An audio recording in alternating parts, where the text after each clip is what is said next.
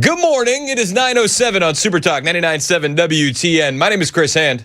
The show is brought to you by Better Water LLC, water filtration systems, water softeners, betterwater.com. You can listen on all the apps. You can listen on the FM dial. You can watch us as well. We're on Super Talk TV. YouTube and Rumble are the big ones.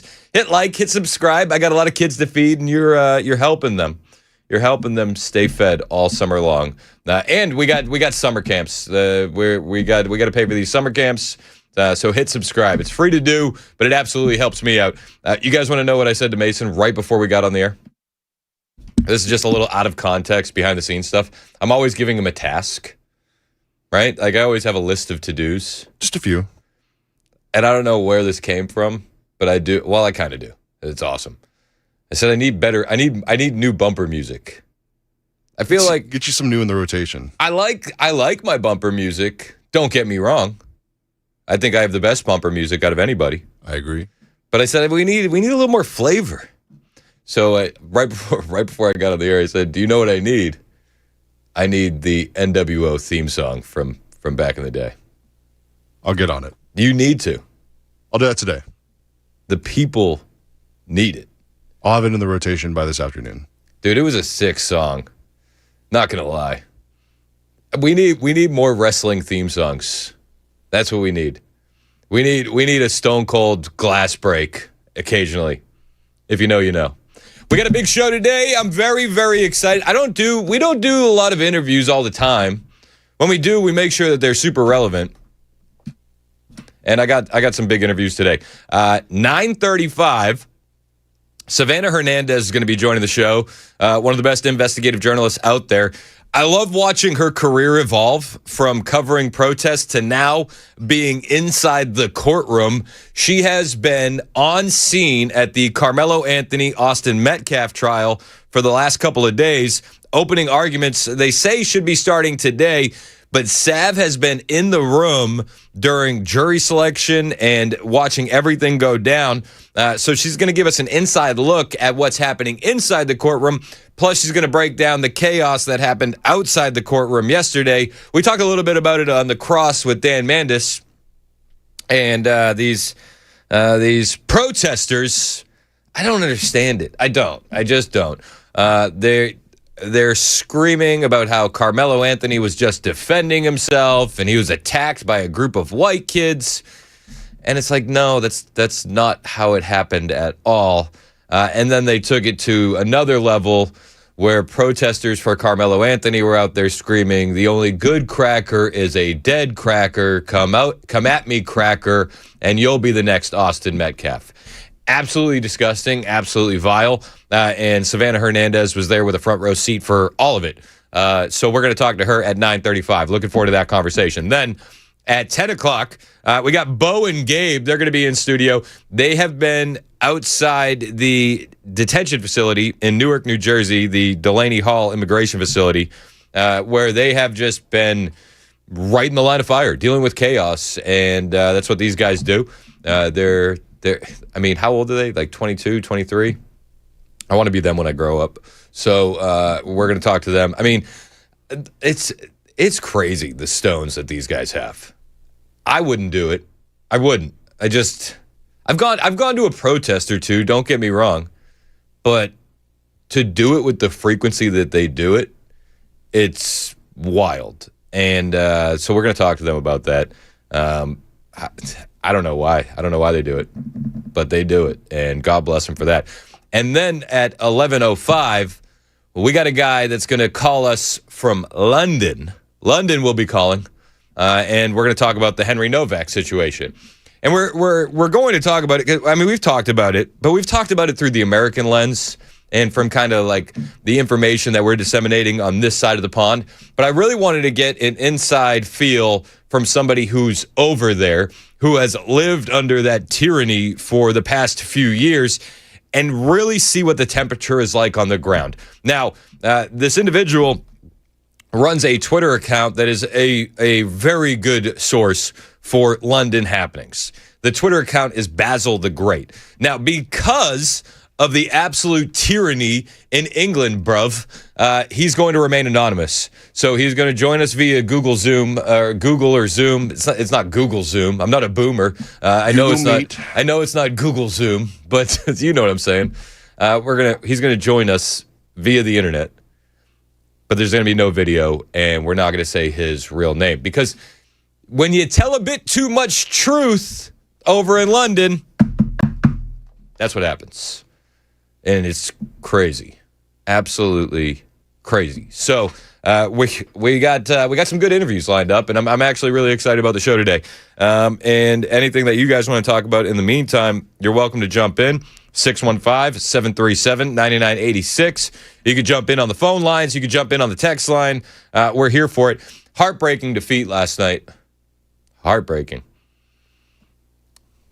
Brooks' team out of the playoffs. No. I know. Solid performance by the catcher. I'm just going to say. No, the guys played great. Both the teams played great.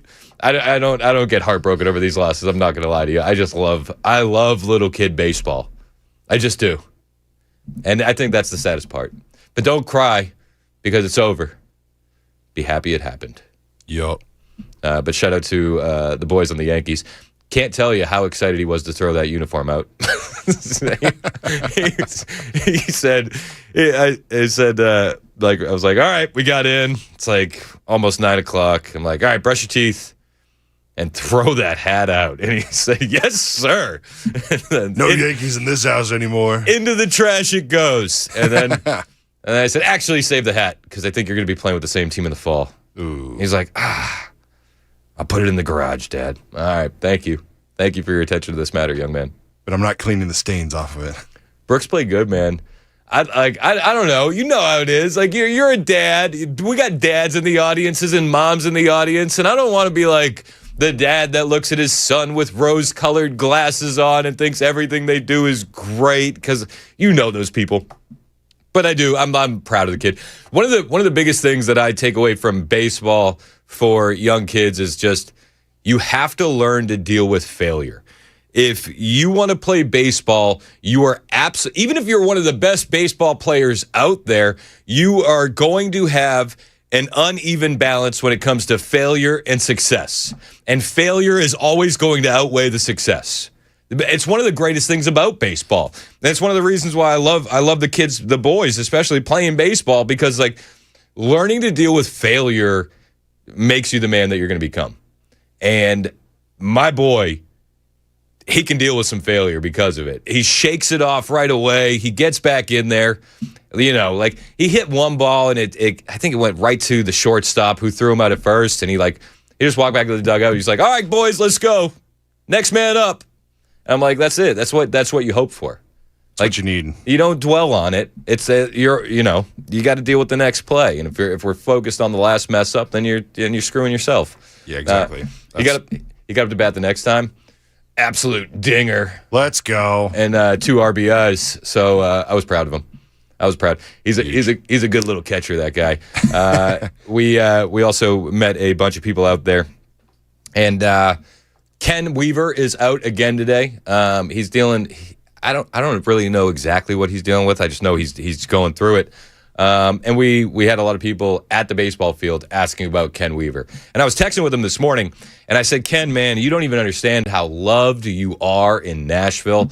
You got people that you don't even know that are out there praying for you. And I ask anybody that is a prayer warrior, just throw a prayer up for Ken Weaver. Hope that he gets over this soon. Lord knows we need our newsman who excitedly exclaims, I'm Ken Weaver, back here in 100% perfect working condition. But before we get back. I want him back on Monday. That's what I'm hoping. I hope that the prayers work so that way he can enjoy his weekend. Because Prayers always work, Chris. What are you talking about? Amen. Well, I meant quickly. Okay. So, it's God's timing, not mine. So, I hope God's timing is very, very fast. I hope that by the end of this segment, the prayers have kicked in. But I do think that the more prayers that we can get, the more energy we can get on Ken. So, just pray for him. I had a bunch of people at the baseball field last night. They're like, "Hey, how's Ken doing?" I'm like, Ken's a fighter. But just say a prayer for him. I don't exactly know what's going on. He says just getting dizzy, and I don't know if it's vertigo. I don't know if it's tinnitus. I don't know. I'm not a doctor, as you may know. Some people still take my medical advice, which it's questionable. It is absolutely it's been known to get me kicked off YouTube from time to time. But please say a prayer for our boy Ken Weaver. Jay Harper will be in later on today. We got Joan Jones. She's broadcasting live from Jonestown. Joan. Yes. How come you never responded to that Instagram reel I sent you the other day? You sent me an Instagram reel? Yeah. There's a big rap about Jonestown. Oh, real? You sent that to me? Yes. It's a big rap about Jonestown. So apparently, now I don't know how true this is because it's on Instagram. So it's actually probably 100% true. Apparently, everybody in the Jonestown massacre went down that day. Yeah. Except for their basketball team. What? Apparently, this is just the word on the streets. Somebody's going to have to fact check it for me. I didn't want to fact check it because if it wasn't true, I didn't want to ruin the illusion. Yeah. Apparently, the basketball team had an away game that day. Wait. I think the story here is that they had a basketball team? That's what I'm saying. Right? So it's really funny. I'll add it to my story on Instagram in case anybody wants to watch it. But it's like these two dudes, and it is a whole rap about... Was there swear words in it? I'm just seeing it now. I can't remember. Oh, gosh. Because you sent it to me a couple days ago. I know. I sent it a couple days ago. I don't think there was any swear words. I just added it to my Instagram story in case you want to see it at Chris Hand on here. But it's all about how Jonestown was a tragedy except for their great basketball team. Because they had an away game that day. And I saw it, and Joan, I was in tears. And I couldn't wait. These guys are funny. I couldn't wait until you were back broadcasting live from Jonestown so I could bring it up on the air. I was waiting for you to respond on Instagram, but I thought you were just upset with me. No. Oh, no.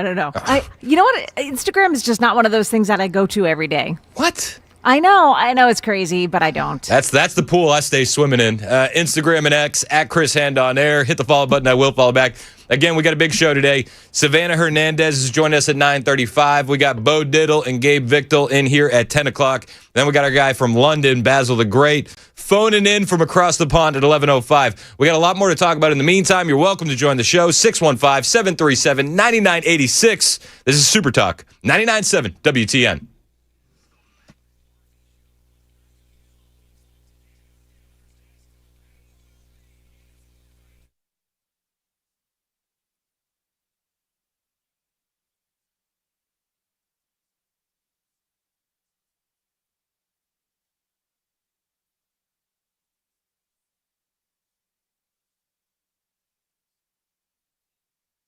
Hey, what's up? It's Chris Hand here from my friends at the Glock Store. Still can't get over the amazing time that we had last Saturday at the Glock Store's 6th annual open house. I couldn't believe how many of you guys showed up. You showed up in force and thanked me for letting you know about it. I mean, you probably knew about it anyway. Everybody's real tuned in, thanks to Dan and Matt, and knowing that the Glock Store is the best place to shop. But here's something else I would like you to know about when it comes to the Glock Store. They got gift cards. It's the perfect Father's Day gift, Virginia. It's great. It just, because, the wives, you don't really know what you want to get the husband when it comes to Father's Day. And, kids, you don't really know what to get dad for Father's Day. Let him pick it out himself. The gift cards are awesome, Virginia.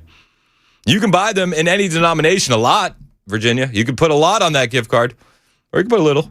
But the a lot, that's my favorite option. For a specific activity, you can get a 1-hour range session with a private instructor, including a firearm rental if you want to do something like that, Virginia. But even if you already have a firearm or two, you can always get more, Virginia. That's what people say. They say, especially on Father's Day, you should do something like this, the Glock store gift cards, Virginia.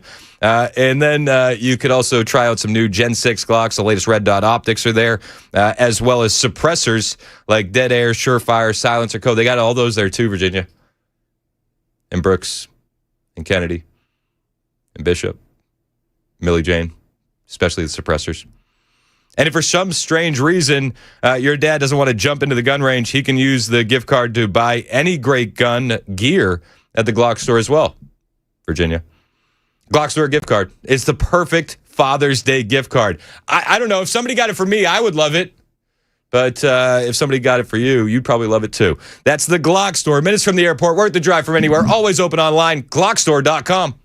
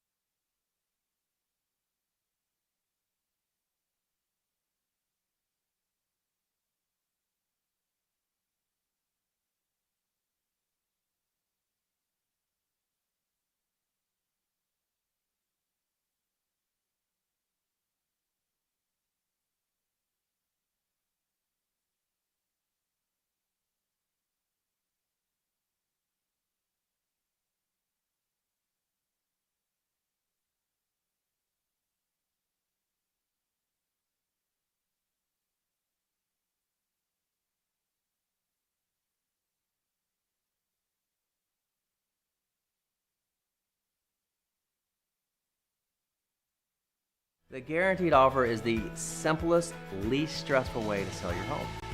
You go to our website, you fill out a quick form, we set an appointment, we bring you an all-cash offer.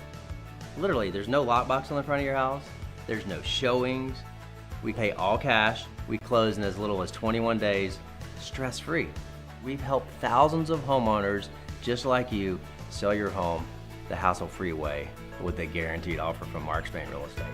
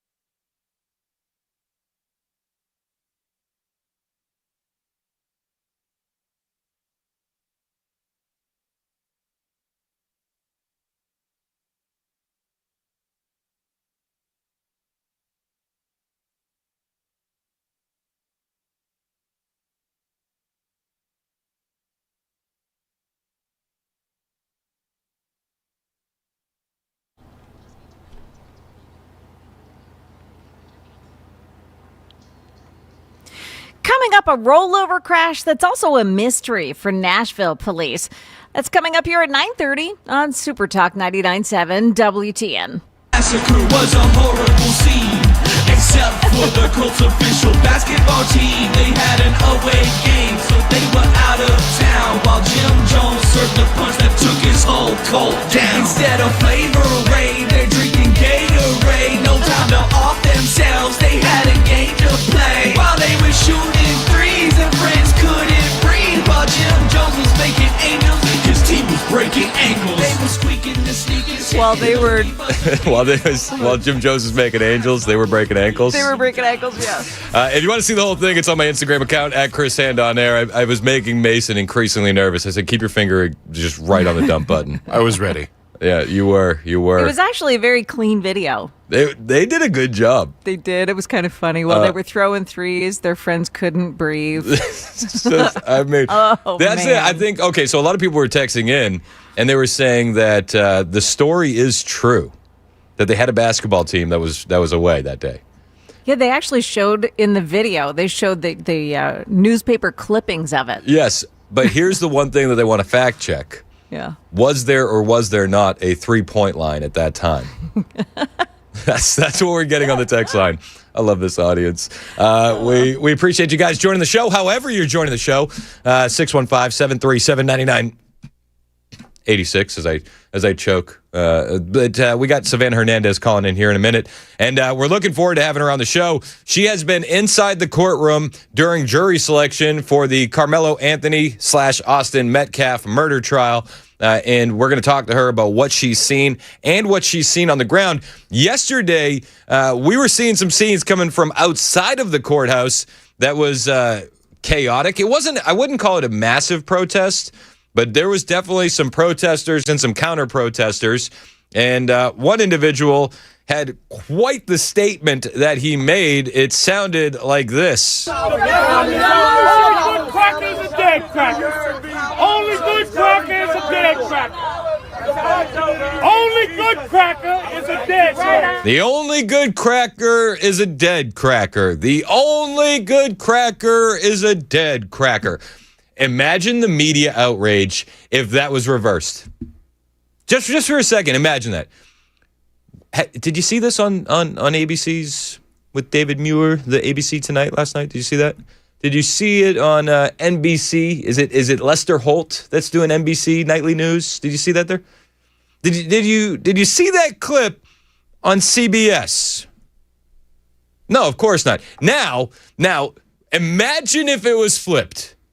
And just imagine for a second if the races were reversed. You think you would have seen that elsewhere? I'd take that bet. Would you take that bet? I would. Sounds I'll like make he's that deal. Yeah. How about you, Udovich? You make that deal? I'd make that deal. I don't blame you. Damn good deal. Easy money, right? Oh, yeah. Savannah Hernandez was inside the courtroom, outside the courtroom. She said that this protest group was only speaking with approved media, and when she tried to ask them some simple questions, they got aggressive. We'll talk to Savannah Hernandez when we get back. It's 9:30 on Super Talk 99.7 WTN.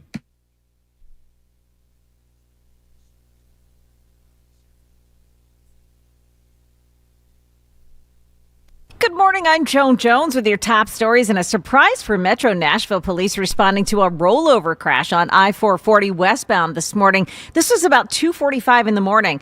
Police found that the car that had apparently lost control and ran into about 30 feet of guardrail flipped over onto its roof, but when they arrived, there was nobody in the car or outside. The car was uprighted, loaded onto a wrecker, and the roadway was reopened.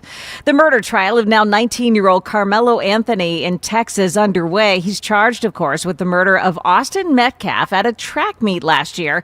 Brooke Taylor with Fox News reporting on a discrepancy in the evidence so early in this case. Anthony's defense attorneys say he stabbed Metcalf, who was unarmed, out of fear as a group was, quote, turning on him. But prosecutors yesterday in court showed jurors surveillance footage they say tells a different story. The footage, it's grainy and shot from a distance, but reporters inside the courtroom tell us it shows a brief confrontation between Anthony and Metcalf not a larger group, before Anthony runs from the scene. And that fight, it only lasted about 4 minutes or so. All right, so keep it here. Independent journalist Savannah Hernandez is joining Chris in just a couple of moments. She will have the latest look from inside that courtroom. Politics taking the stage at CMA Fest yesterday in Nashville. There's a country singer named Brian Andrews, apparently known for his expletive-laden leftist political rants. On stage at CMA yesterday, he introduced none other than Justin Pearson. Listen, we know so many things are going on and going wrong in our country. Raise your hand if you think gas is too high. Raise your hand if you think groceries are too high. Raise your hand if you think politicians are too worried about themselves and not you. Yeah, the Tennessean reports that some people in the crowd were surprised by the politics and by that rant. That is the latest news. We've got your weather next. I'm Joan Jones, WTN News.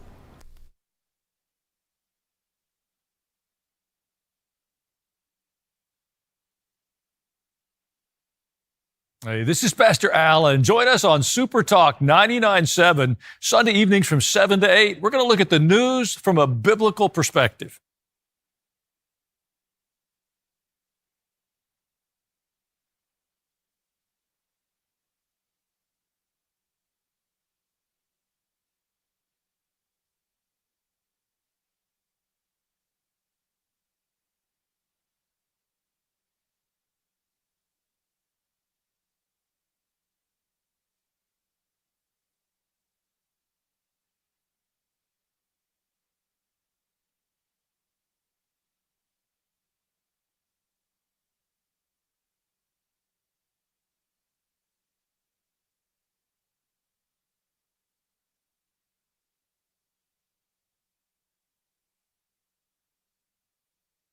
Yesterday in your Truth Social, you called the Iranians crazy bastards. True. What is your response to critics who say that... I don't care about critics. What is your response to critics who say that it is your mental health that should perhaps be examined as this war continues? I haven't heard that. But if that's the case, you're going to have more people like me, because our country was being ripped off on trade, on everything, for many years until I came along. So if that's the case, you're going to have more people.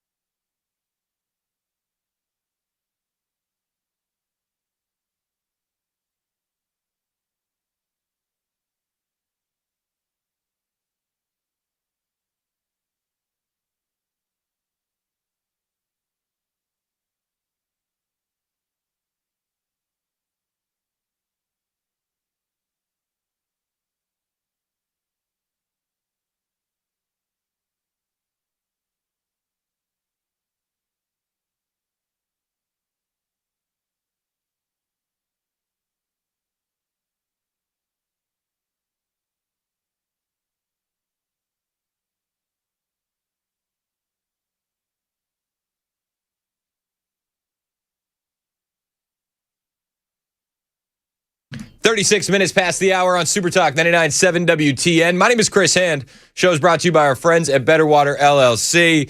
Without further ado, very excited for my next guest, one of the best investigative journalists, if not the best investigative journalists in the entire country. Savannah Hernandez is on the show. What's up, Sav? How are you? Tired, Chris. I am tired. I have been covering the Karmelo Anthony trial on the ground since Monday. This is the first day that I'm unfortunately not on the ground because I am heading to the Women Leadership Summit this weekend in San Antonio. Otherwise, I would be on the ground right now continuing my coverage because it's been absolutely insane down there. Your coverage has been absolutely fantastic. I want to dive into that. First, though, I do want to just check on you, see how you've been since being assaulted by those leftist lunatics in Minnesota. What's the latest on that? They all filed restraining orders against me because they are in fear for their lives because of me, apparently. Very interesting update there. I do have to go back to Minneapolis to go face the daughter. Luckily, I can do a Zoom hearing for the mom and dad. A little background, they basically were granted ex parte restraining orders in the state of Minneapolis, which basically means if you tell a compelling enough story on your petition, your restraining order is granted. Now, all three of them stated that I waged a hate and defamation campaign against them, that I was doxing them, that they were in fear of their lives because I lied and I attacked them first, and that I'm portraying myself as the victim when I'm not. So I now have to go fight 3 restraining order cases, one of which will be in person in July. That's insane. So now you're not only just fighting these leftists, you're going to have to fight the leftist courts as well. Yes, it will be interesting to see what happens, so I'll have to give you an update in another couple of weeks when that happens. Yes, please keep us updated on that. Though I will say I'm absolutely inspired by your strength. I mean, you didn't waste any time. You're already back out there confronting leftist mobs again yesterday and all week, really, outside this Karmelo Anthony, Austin Metcalf trial. You start where you want to start, and then we'll see where the conversation goes. What has been the biggest eye-opening moment for you in this court case thus far? So it's been interesting because since I got there on Monday, keep in mind that Monday through Wednesday was jury selection. I want to say there was a pool of 600 jurors that they whittled down to 12. That jury has since been selected with 6 alternates. So I got to go into the courthouse on Tuesday, I want to say, to watch the jury selection process. That's where I got to hear from Karmelo Anthony's lawyer for the first time, and I actually got a first look at Karmelo myself. Now, keep in mind that the judge in this case is keeping this very under lock and key. I mean, there is a curfew for the courthouse grounds. Nobody can be on the grounds from 11 p.m. to 6 a.m. There's very strict media rules. The only people that are allowed into the courthouse are, of course, family members and then very, very close friends. It's really being kept under lock and key. And then there's an alternate room where the trial is being streamed to, and 27 members of the public or media who can get in line on time are allowed to go in. I was lucky enough to get in on Tuesday. Some of the things that jumped out to me regarding the case was the defense that Karmelo's lawyer is going to try to take. Now, first off, Karmelo has shaved his head. He already has a very youthful look, but the shaved head makes him look even more youthful. One of the things that the jurors stated were that they could potentially, and these are potential jurors were stating, hey, we don't know if we could give Karmelo life in prison because of his youthful looks. So he shaved his head. He looks even younger. His lawyer is going to be referring to him as Mello for the duration of this trial. Now, this is a nickname that his lawyer states that his family and friends know him by. However, I have not found anything on social media. I have not seen any Karmelo Anthony supporters, Karmelo Anthony merchandise, Karmelo Anthony posts that refer to him in that way. But I thought that was interesting, that the defense is really trying to play up this youthful, very innocent look for Karmelo. And then the key points of defense he's going to try to push forward are constitutional carry in Texas, which he states extend past guns and into knives, and also stand your ground, and the fact that Karmelo Anthony may not have had a duty to retreat in this situation. So case-wise, in the courtroom, that's what stood out to me the most. I tried to get in yesterday, but of course it was opening statements yesterday. And to give you guys an idea of how hard it is to get into this courthouse, people are lining up on the public sidewalk outside of courthouse grounds as early as 4 a.m. So Wow. as soon as the curfew is up and, 6 a.m. comes, they can start lining up immediately. So pretty much 6 a.m., you have a line of, I don't even know how many people, but a lot of people, way more than 27, so that room gets filled up very quickly. So right now we're really depending on the mainstream media who has been given press passes. There were only 6 issued into the courtroom itself for press. We're really dependent on that for the inside details because it is so difficult to go in and cover this case. No, so that's the inside portion. Sorry to ramble here, Chris. No. Hold on. Before we get to the outside courtroom, we're talking with Savannah Hernandez, investigative journalist. She's been on the ground at the Austin Metcalf murder trial of Karmelo Anthony. Karmelo Anthony was the student at a track meet who stabbed another student when he was sitting in the wrong area. You said that they're going to be calling him Mello during the trial, that he shaved his head to look more youthful. Am I wrong for thinking that this is a familiar tactic that we have seen by the left when it comes to these kinds of cases, that eventually, whether anyone likes it or not, it takes a racial tone, and they're doing this to make him seem young and lovable? Like, if somebody has a nickname, he can't be all bad, so he's just Mellow to us. Is that a strategy? It does seem to be a legal strategy. Again, I'm not Carmelo's lawyer, so I'm not going to factually say yes or no it is, but, historically, these are strategies that lawyers have utilized.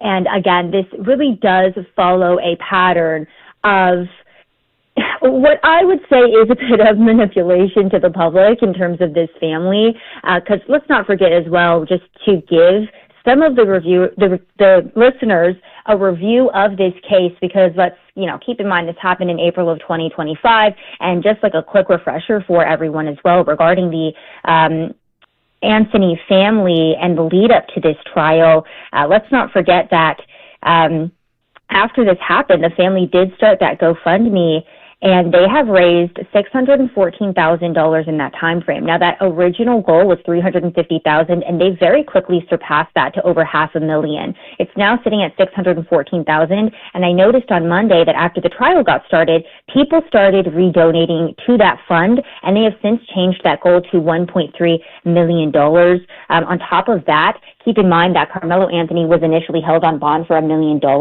That was since reduced to $250,000, and he has been out on bond. Now, it was reduced because Karmelo Anthony pled to a judge that he and his family were facing financial difficulties. So the judge went ahead and reduced that for them. It was later found out that they were living in an almost $1 million home. Yep. A neighbor that was close to that home stated that they had recently bought a new vehicle. So again, what I am seeing regarding Karmelo Anthony and his family and people surrounding him, because we'll be getting to them here in a moment regarding what's been happening outside of the courthouse, there has seemed to be a lot of manipulation of facts or representation of reality that is different from what we may see in the courtroom. Yeah, well, it just feels like this is a tale as old as time. I mean, even going back to the OJ trial in the 90s, they put him in oversized jackets to make him seem smaller. So this is nothing new under the sun. But I'm not surprised. But with the lack of real media coverage in there, I'm grateful that you've had kind of a front row seat. Before we get to what happened outside the courtroom, how do you feel about the current jury selection from what you've been able to see? Does it look like we've gotten a fair jury on this trial, or are you is that up in the air? So one of the things that I do want to dispel, because this was reported immediately, that there was an all-white jury that has been selected. First off, we do not know what this jury looks like. Second off, this is a heavily Hispanic and Indian or Asian population in the DFW area. This is a pool of 600 jurors. Now, what is true is there are no black jurors on this jury selection or this jury pool. However, that doesn't mean that there aren't Hispanic and Asian jurors, and I believe it was reported that, again, there are a couple of quote-unquote diverse people on this jury pool. So, yes, I do feel, or jury panel, sorry, it's my first time covering a case in its entirety, so if I'm using the incorrect legal jargon, apologies to the listeners. But, again, the jury that is seated, it is the legal process played out the way that it should. Both sides of the aisle were able to put in their 2 cents on who they wanted on that jury, and this is who was selected. So I do feel that it is fair and that the legal process played out properly in this. Yeah, and I listen, I know this is your first trial like this that you've covered, but I do want to say it is really cool to see your career evolve in this way and that you're moving in this direction. And I think your reporting has been fantastic on this. But then outside the courtroom, you were kind of back in your element as you're dealing with the protesters. What has it been like outside the courtroom? It has been an absolute mess. It has been chaotic. So day one, I get there. I'm a little bit late because I had flown in on Monday, and so there's really not much going on, and I'm basically doing my recap report. Day two, I see the Karmelo supporters for the first time. Now, as a journalist, I'm like, okay, let me try to go interview everybody and anybody who is protesting on behalf of Karmelo or, here in support of Austin Metcalf. Let me go try to interview anyone I can. Right. Now, the Karmelo supporters have been in front of this courthouse since day one. They were there on Monday. I had just missed them because I got there late. They are wearing shirts that say, "We decree he will be free." On the back of the shirt is Karmelo Anthony's name, and then on the front is a picture of his face. They have been chanting things such as, our black youth deserve protection too. Which is like, and just a sidebar, it's insane when you think about inner city crime, and it's like if you really do believe that, let's talk about that for a moment. But I digress. Keep going. Sorry. So another chant is self-defense is not a crime. I walked up to them and I said, "Hey, what group are you guys with? Why are you here today? Why is this important to you?" Those are the questions.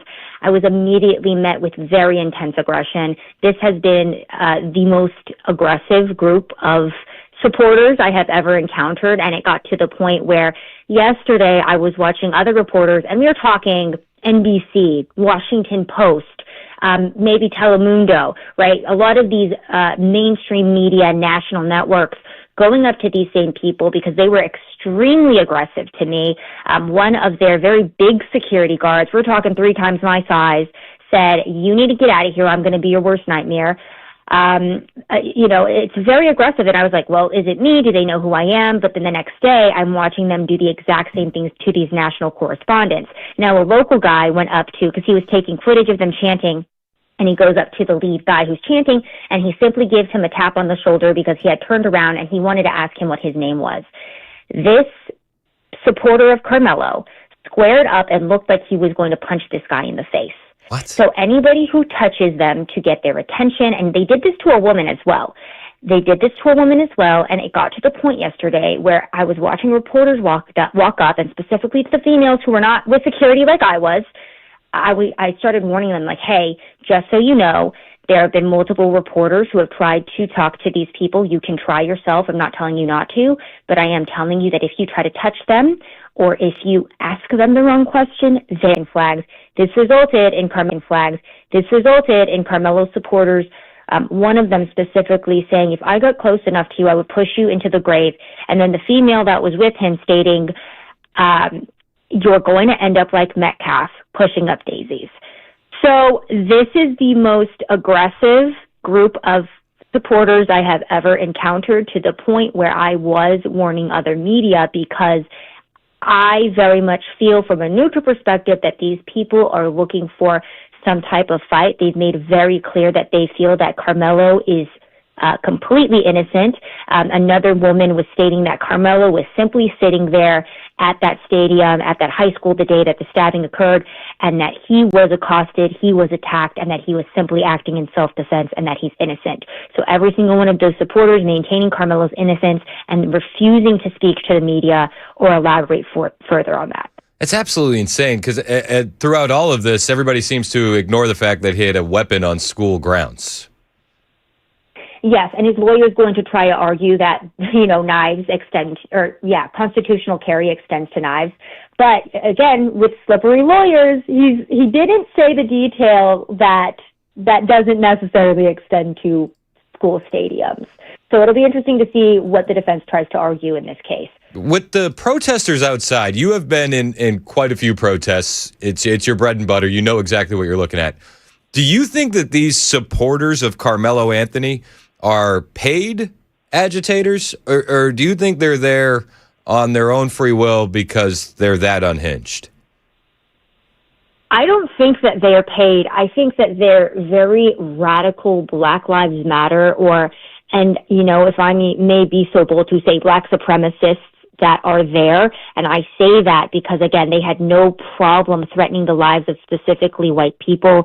And the way that I look at these people is, okay, if the roles were reversed and this is a white person screaming the only good Black person is a dead Black person, would I categorize that person as a white supremacist? Yes, I would. So I'm going to go ahead and go out on a limb and say that these are Black supremacists. These are very radical Black Lives Matter groups and advocacy groups. Actually, one of the family spokespersons for Karmelo Anthony is Dominique Alexander, who has a very long criminal history and a very long history of stoking racial tensions and utilizing cases just like this one to try to say that Karmelo Anthony is only being prosecuted because he's Black, that if it was Karmelo Anthony that was killed, nobody would care, and that the justice system is completely rigged. There's very much this mentality in this group that racism, this is an exact quote I heard yesterday, racism is legalized in courthouses just like this one. And so, again, with Dominique Alexander, he's been the one at the forefront that since day one has been stating that Karmelo Anthony is fighting white supremacy, that he's fighting racism, that any criticism of Anthony is racism, is white supremacy, is an unfair justice system. And he's already stated that Karmelo Anthony is not getting a fair trial because there are no Black jurors on the panel. I mean, it's absolutely insane. And I love that you're looking out for other media outlets out there. But if it wasn't for you and your reporting, we wouldn't even see the video of these Black supremacists screaming, the only good cracker is a dead cracker. We wouldn't have seen the video of the woman saying, you'd be pushing up daisies like Metcalf if you cross that street. As far as I'm concerned, you're the only one doing actual journalism out there, and I'm grateful for you once again going where a lot of people are too afraid to go and asking these questions. So thank you for the work that you're doing, Sev. Thanks, Chris. Honestly, it's been a crazy first trip back out on the ground. Again, I haven't been out on the ground since Minneapolis. I was like, let me go cover this trial. It can't be that crazy, can it? Oh, it has been. It definitely has been. I'm always in the right place at the right time. I will be back on the ground next week to continue coverage of this because, like you did say, Chris, I didn't notice any media either really covering this. I mean, even Fox News, when it comes to their stand-ups, and this is not a knock on Fox, but they do wait until, the circus dies down to then do their stand-ups, obviously, so it's safe for their reporter, but you're not really getting the reality of what the on the ground is looking like if you're not showing those clips. And I don't even think that they can at that point because of the profanities being spewed. Yeah, well, and I made the point earlier before we got you on the air. If there was a white Austin Metcalf supporter out there saying the only good N-word is a dead N-word, we would have seen it on every news channel non-stop. Like just full bore. It would have been everywhere. We would have been talking about racism in America, but because the roles were reversed, we don't even hear a peep, and we wouldn't have if it wasn't for your reporting. So I do give you a lot of credit. Where can we find you and keep up with you? I know you got Women's Leadership Summit this weekend with Turning Point USA, celebrating 14 years. Congratulations for the work that you guys are doing. Again, it's that work that gets reporters like Savannah out there covering this kind of stuff. So kudos to you guys and what you're doing. Where can we follow you, though, so that we can keep up with your reporting as you get back into the trial next week? Please go follow me on YouTube at Sav Says, and then X as well. Sav Says, I'm doing a lot of my live reporting there, not only video, but also written reporting regarding, again, a lot of what I'm seeing on the ground. So go follow me there, and then, hopefully I'll be back on this radio show to report back to you guys as well. Yes, we're definitely going to have you back on. Savannah Hernandez, we appreciate the time, as always. Thank you for what you're doing out there. Thanks, Chris. Take it easy. 9:56, Super Talk, 99.7 WTN.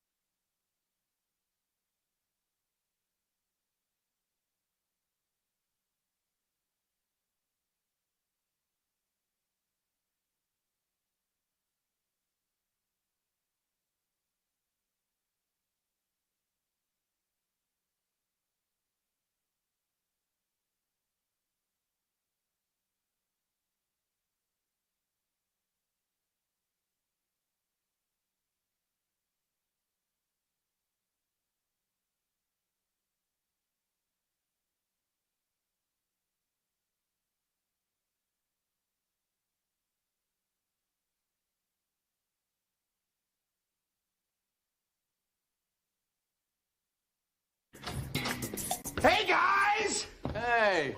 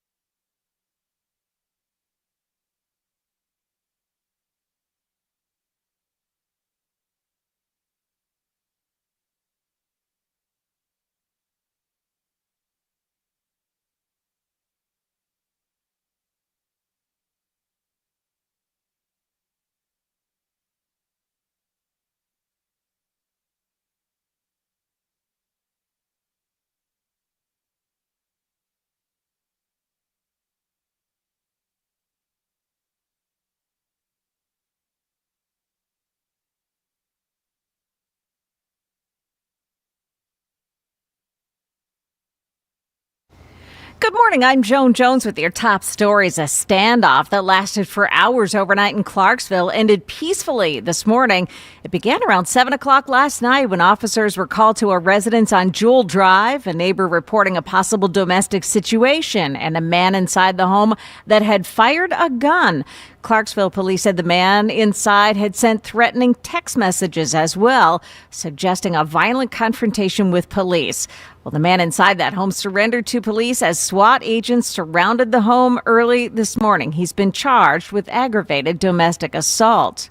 Nashville Mayor Freddie O'Connell's plan to divert $735,000 to the Tennessee Immigrant and Refugee Rights Coalition is going under the microscope by the Tennessee District Attorneys General Conference and by State Comptroller Jason Mumpower. News 2's Kelly Milan reports it comes after more denials from O'Connell that he's doing anything wrong. Last year, Mayor Freddie O'Connell faced intense criticism from Republican leaders after making comments about Nashville's immigrant community, with some conservatives accusing the city of embracing sanctuary city ideology. The mayor has repeatedly pushed back on that claim. Metro does not have any legal authority as it relates to enforcement, and we do not impede federal law enforcement actions. In a statement to News 2, Mayor Freddie O'Connell's office said the funding is not new, adding that Metro has supported immigration-related legal services for years. The White House ballroom, front and center today. There's a hearing scheduled before a three-judge appeals court panel in Washington, D.C. over that massive project at the White House. Here's ABC's Peter Haralambous. The fate of Donald Trump's ballroom plans are in the hands of these three judges who are scheduled to hear arguments at 9:30 this morning about whether a judge was correct in issuing an injunction in March blocking the construction of this East Wing ballroom. That hearing underway now. A federal judge previously ruled that Congress needs to approve construction on that ballroom. Hiring at U.S. companies blew past expectations in May, and doing so at a blockbuster clip. Here's how it sounded when it was announced this morning on CNBC. Data is out, the May jobs report. 172,000. Is there any doubt that this anecdotal evidence about a good labor market has been very correct? That is a really strong number. And it was also far above investor expectations, which, by the way, were only for 80,000. The unemployment rate holding steady at 4.3%. That's the latest news. We've got weather next. I'm Joan Jones, WTN News.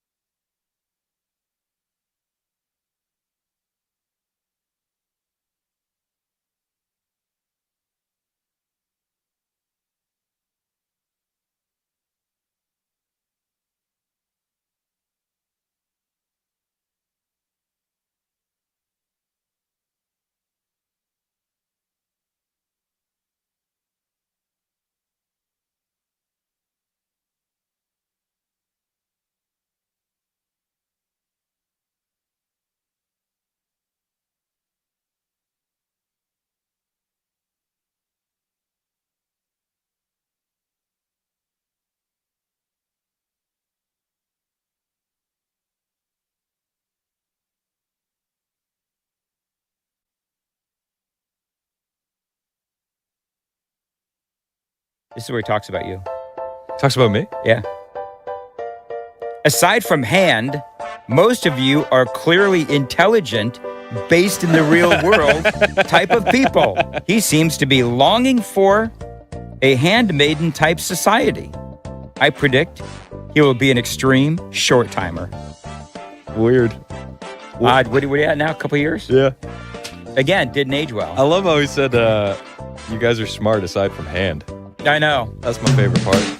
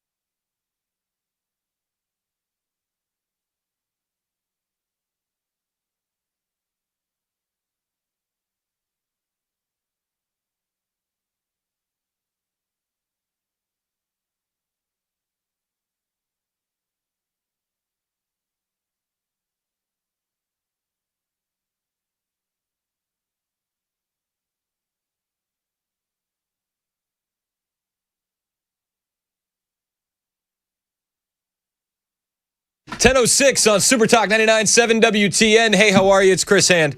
The show is brought to you by Better Water LLC, water filtration systems, water softeners, betterwater.com.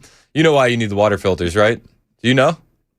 I don't like them putting chemicals in the water that turn the friggin' frogs gay. It's a reason. Betterwater.com. You can listen to the show anywhere on all the apps. The FM dial. You can watch us on YouTube and Rumble. Got a couple of guys that I want to be when I grow up in the studio with me. Bo Diddle and Gabe Victor. What's up, guys? It's going good. How's it going with you? Good. You guys survived another tense protest? Yeah. We did. I actually said, I think it was while it was happening, I sent you a message and I said, no questions asked. We've gone way too long without being in the studio.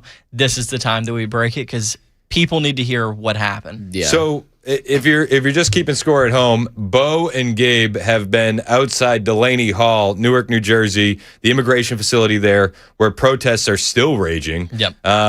Because of a quote-unquote hunger strike that is not happening. 3 hots and a cot are being delivered, and everybody knows it.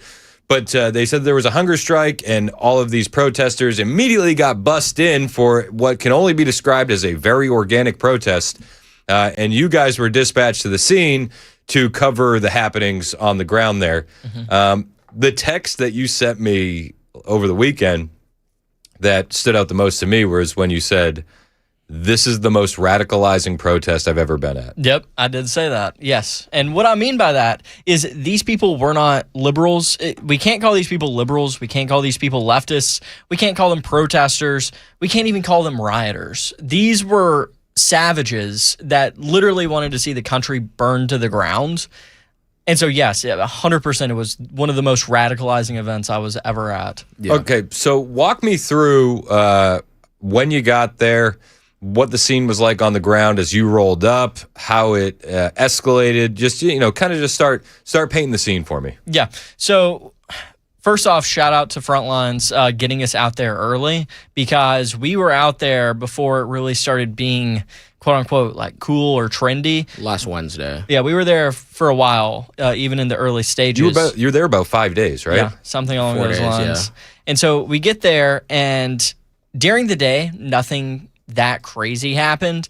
A lot of the chaos happened when the trucks and the cars, the emergency vehicles, were entering and exiting Delaney Hall. So if they weren't entering or exiting, it was just a whole lot of screaming. And the rioters I'm just going to call them savages the rest of the interview. The savages were screaming at the ICE officer, saying profanities, whatever. The chaos happened where they had to use pepper spray and whatnot only during the entrance and exit of emergency vehicles, because the savages would try and hold the line for absolutely no reason. I was telling Gabe, like, what's the purpose? If they, quote unquote, broke the line and got through the ICE officers, what are they going to do? Like, start breaking free all of the illegal immigrants that are in the facility? I just saw no reason for what they were doing. And they released a list of the guys that are inside that facility, and it's child sodomizers, rapists, murderers, gang members. I mean, it's the usual suspects. Yeah. We have a sheriff that texts in from time to time.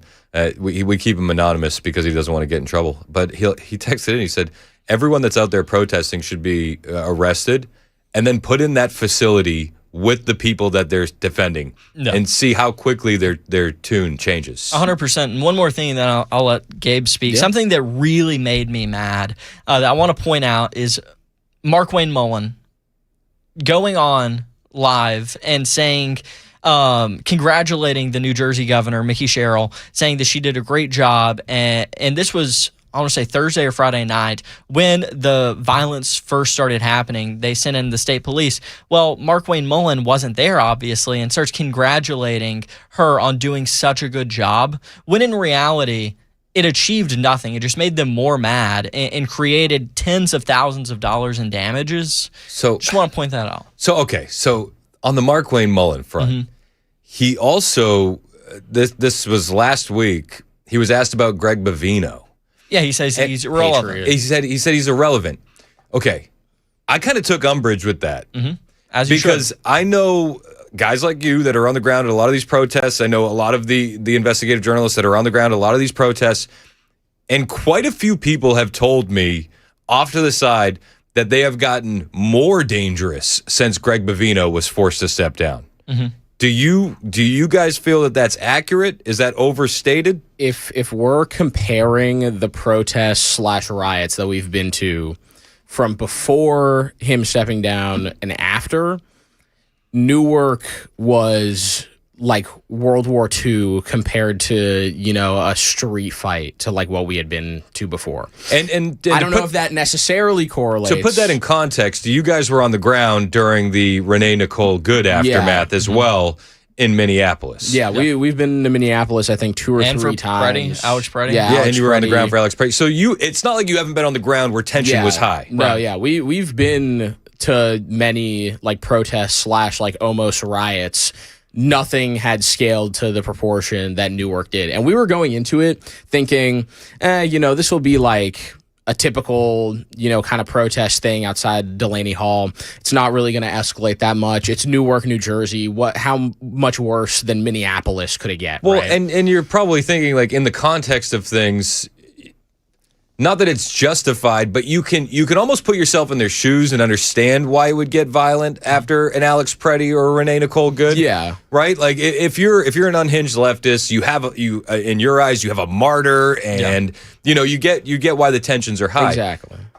But a hunger strike outside of Delaney Hall, I didn't see it popping off the way that it ended up popping off either. It was a war zone. Well, I think what made me the most mad was that he was projecting that it was calm now and it was peaceful and they got the job taken care of, when we're out here, basically fighting for our lives to stretch, but, fighting these savages, and we see it firsthand. There is nothing calm, peaceful, dust settled. I mean, but I wouldn't say that that's a stretch. You know that these people want you dead.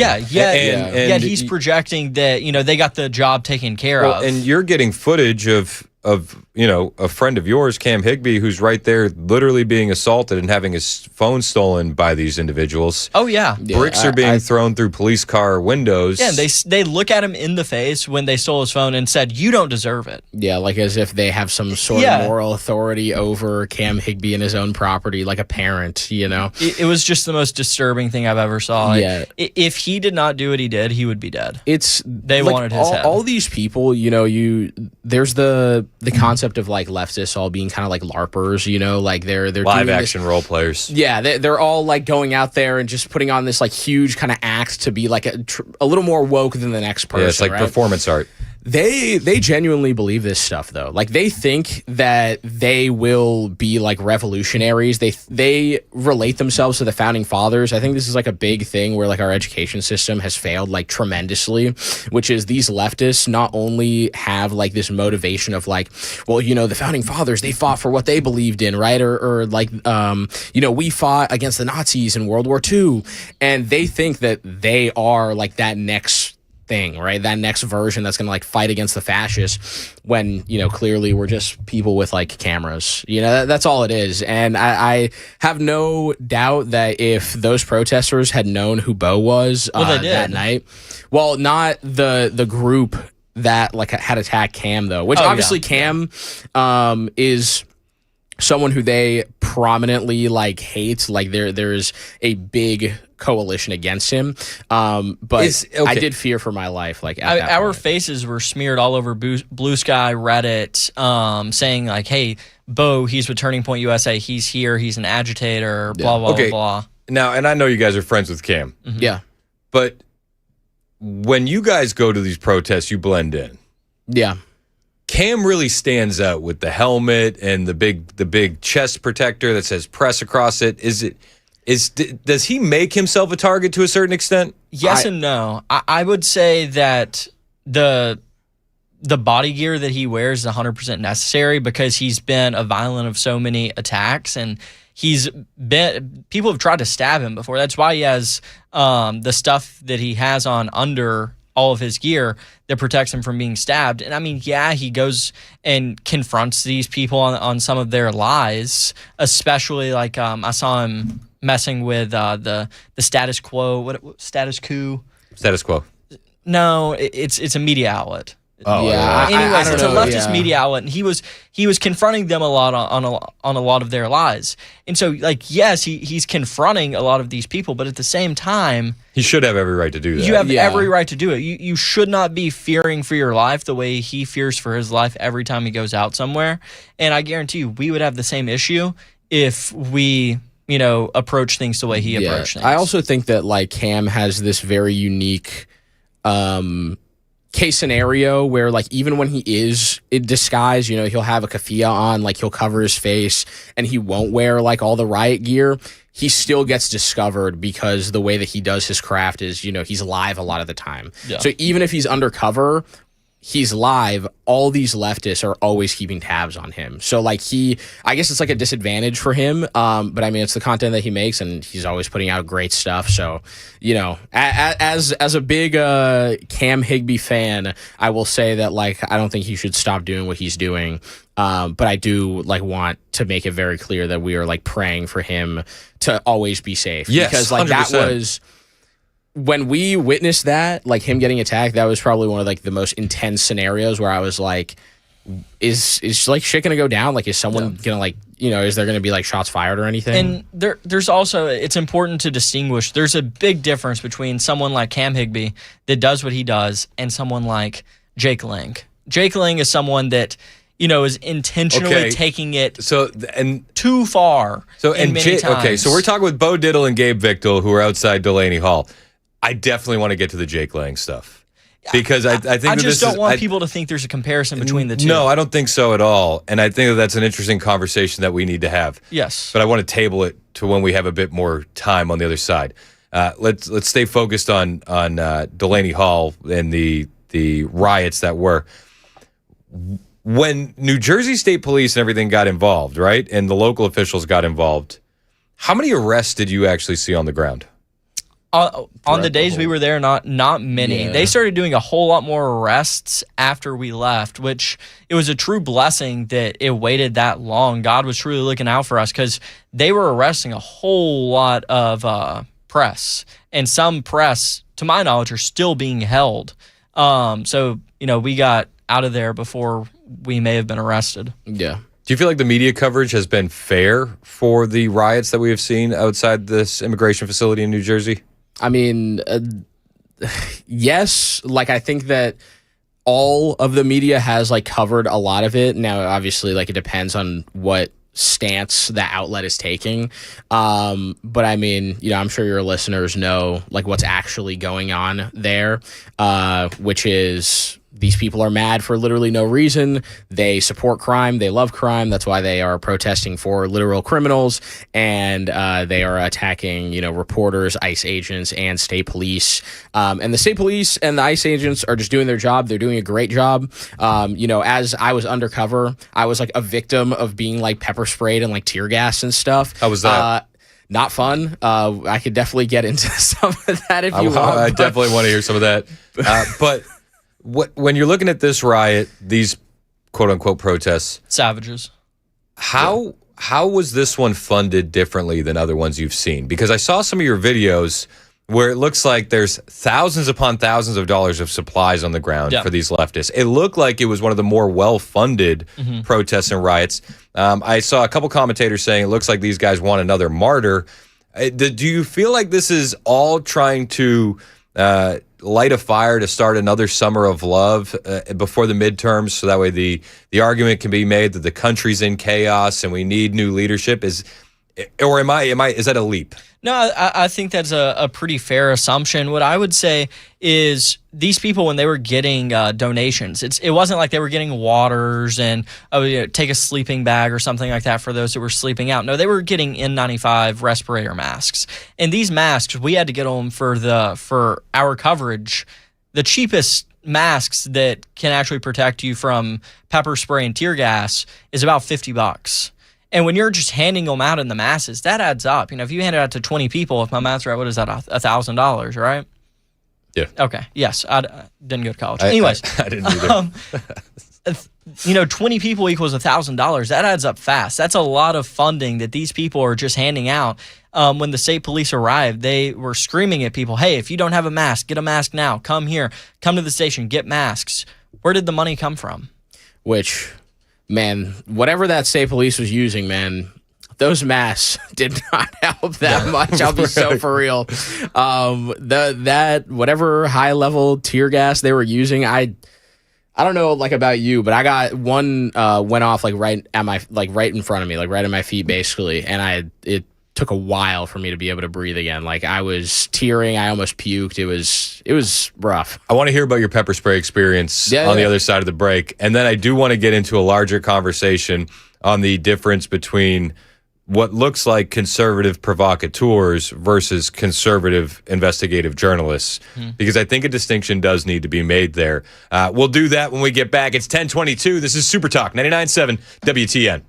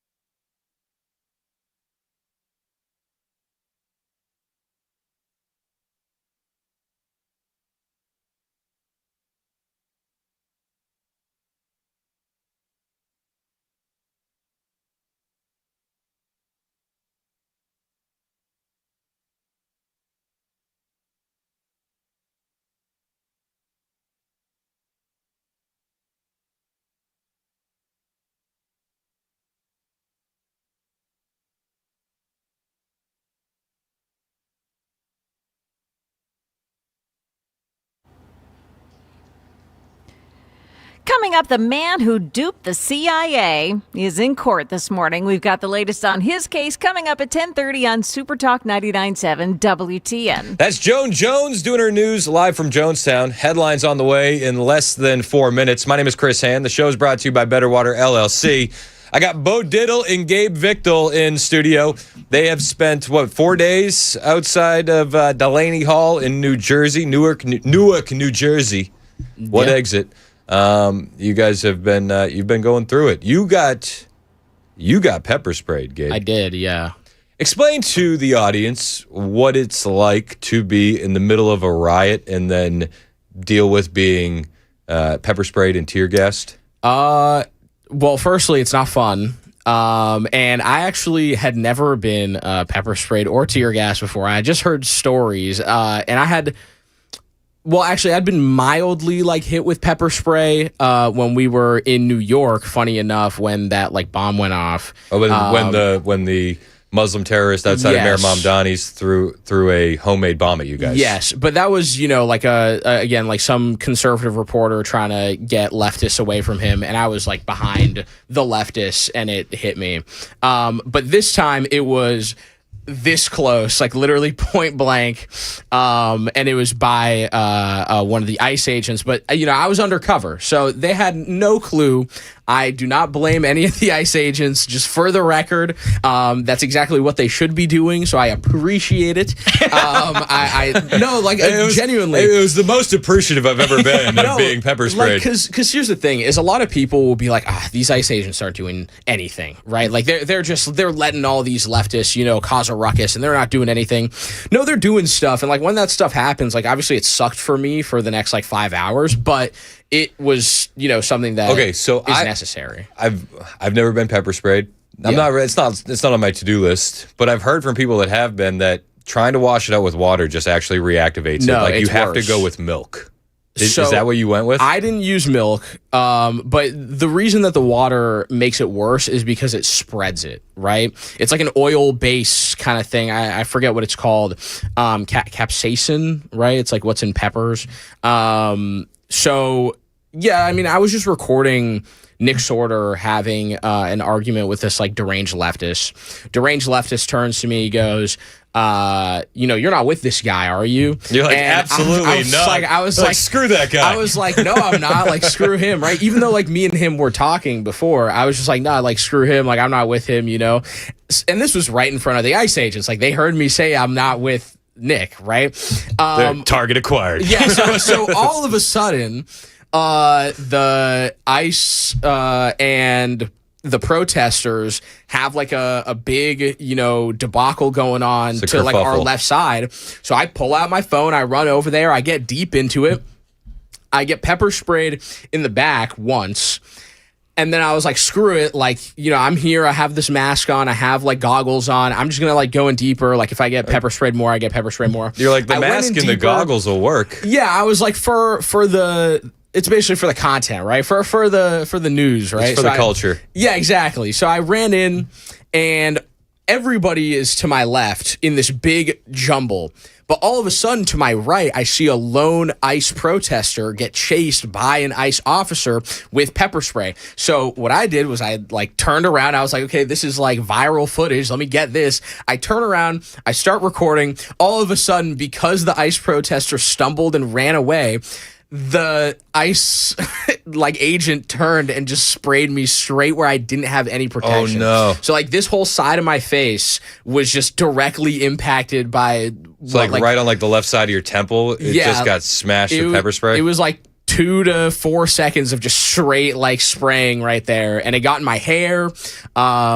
And again, I told Bo, I was dude, I need to go. This is so painful. It was probably the most painful I'd ever been in, painful situation I'd ever been in. And I got back. Cam had told me to try to use some oil-free soap, because I guess that works. The whatever that dish soap is that they use with the clean the ducks. Dawn, that's what it is. If it's good enough for the ducks, it's good enough for these guys. Exactly. So I used that. I didn't end up going to sleep until 4 a.m. because even after I had washed it off, showered, tried to dab as much of the oil off, like it was still burning. It still had like a very strong burning sensation.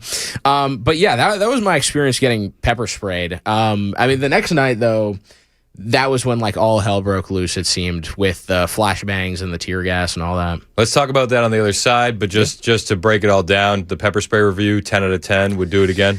10 out of 10 would do it again if it means that we're getting, more illegals arrested, if we're, even getting ICE protesters arrested, for causing disturbance and that kind of stuff. Yeah. Perfect. 100%. All right. Let's talk about the flashbangs and more on the other side. And we'll also talk about the difference between a conservative reporter and a conservative provocateur. It's 1031, Super Talk, 99.7 WTN.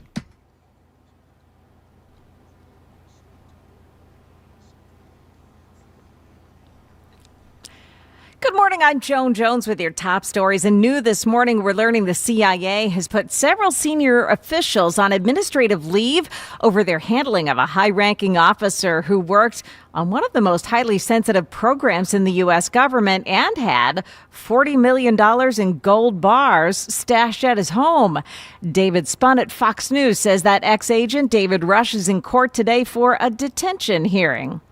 Still unclear specifically what he did for the agency. According to an affidavit, between or on around November 2025 through on or around March 2026, he made several requests to the government agency, which we know is the CIA, to obtain a significant quantity of foreign currency and tens of millions of dollars in gold bars for work-related expenses. Rush received the currency and gold bars. Now, some agencies, some news organizations report that Rush was a liaison for one of the military's most highly classified nuclear submarine programs.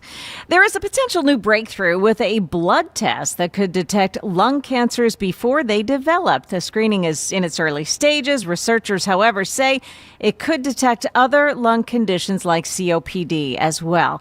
More from ABC News chief medical correspondent Dr. Tara Narula. What if we could pick up on inflammation before a cancer ever develops? That's what researchers here wanted to look at. And so they essentially used a UK biobank of blood and machine learning, and they identified 14 proteins in the blood that they called a signal or signature that predicted those at risk of lung cancer over 5 years before development of the disease. She said it could help identify lung cancers in people who never smoked as well.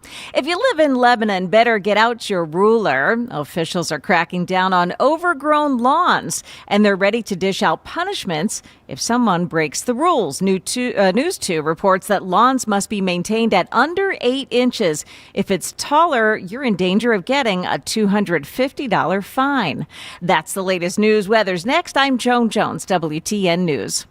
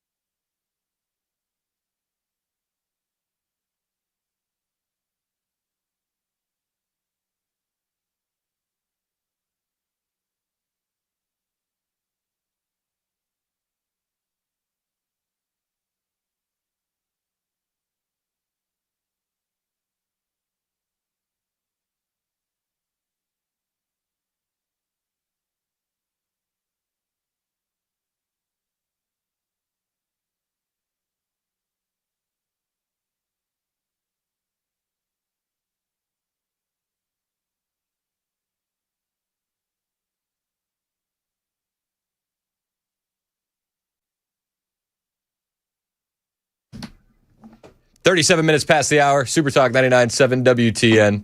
The music underneath this was Many Men. And I was going to say, I was going to do a joke about pepper spray in my eye and I can't see, but I decided not to. I wouldn't do that joke. You should. It's funny. I won't. It's Super Talk 99.7 WTN. My name is Chris Hand. Show's brought to you by Better Water LLC. We got a couple guys in here. I mean, you guys are like 10 years younger than me, and I want to be you when I grow up. I don't know how you have the stones to do what you do at the age that you guys are at. Early 20s, Bo Diddle, Gabe Victal. Yeah. You put yourselves in the line of fire pretty much every single weekend. If it's not, an event where there's riots happening, it's a pride event where you're literally putting your eyes in the line of fire. Yeah. So we thank you for the work that you're doing. On the way, 11:05. Don't forget, we got Basil the Great, awesome X account. He's going to be joining us to talk about what's happening in London with Henry Nowak. But right now, we do have Bo and Gabe in the studio. Spent about 4 days at Delaney Hall, Newark, New Jersey, where the riots have been kicking off. Totally organic. Just organically, people got bussed in. Yeah. Yeah, and what was the statistic when they got arrested in mass? They ID checked, and it was like 8 out of the 11 were in different states. Yeah. Like 8 different states. So the funniest thing about all of this, and I say funny, but it's like tongue in cheek, is when Mikey Sherrill, the moderate Democrat governor of New Jersey, says these people don't belong in our state. They shouldn't even be here.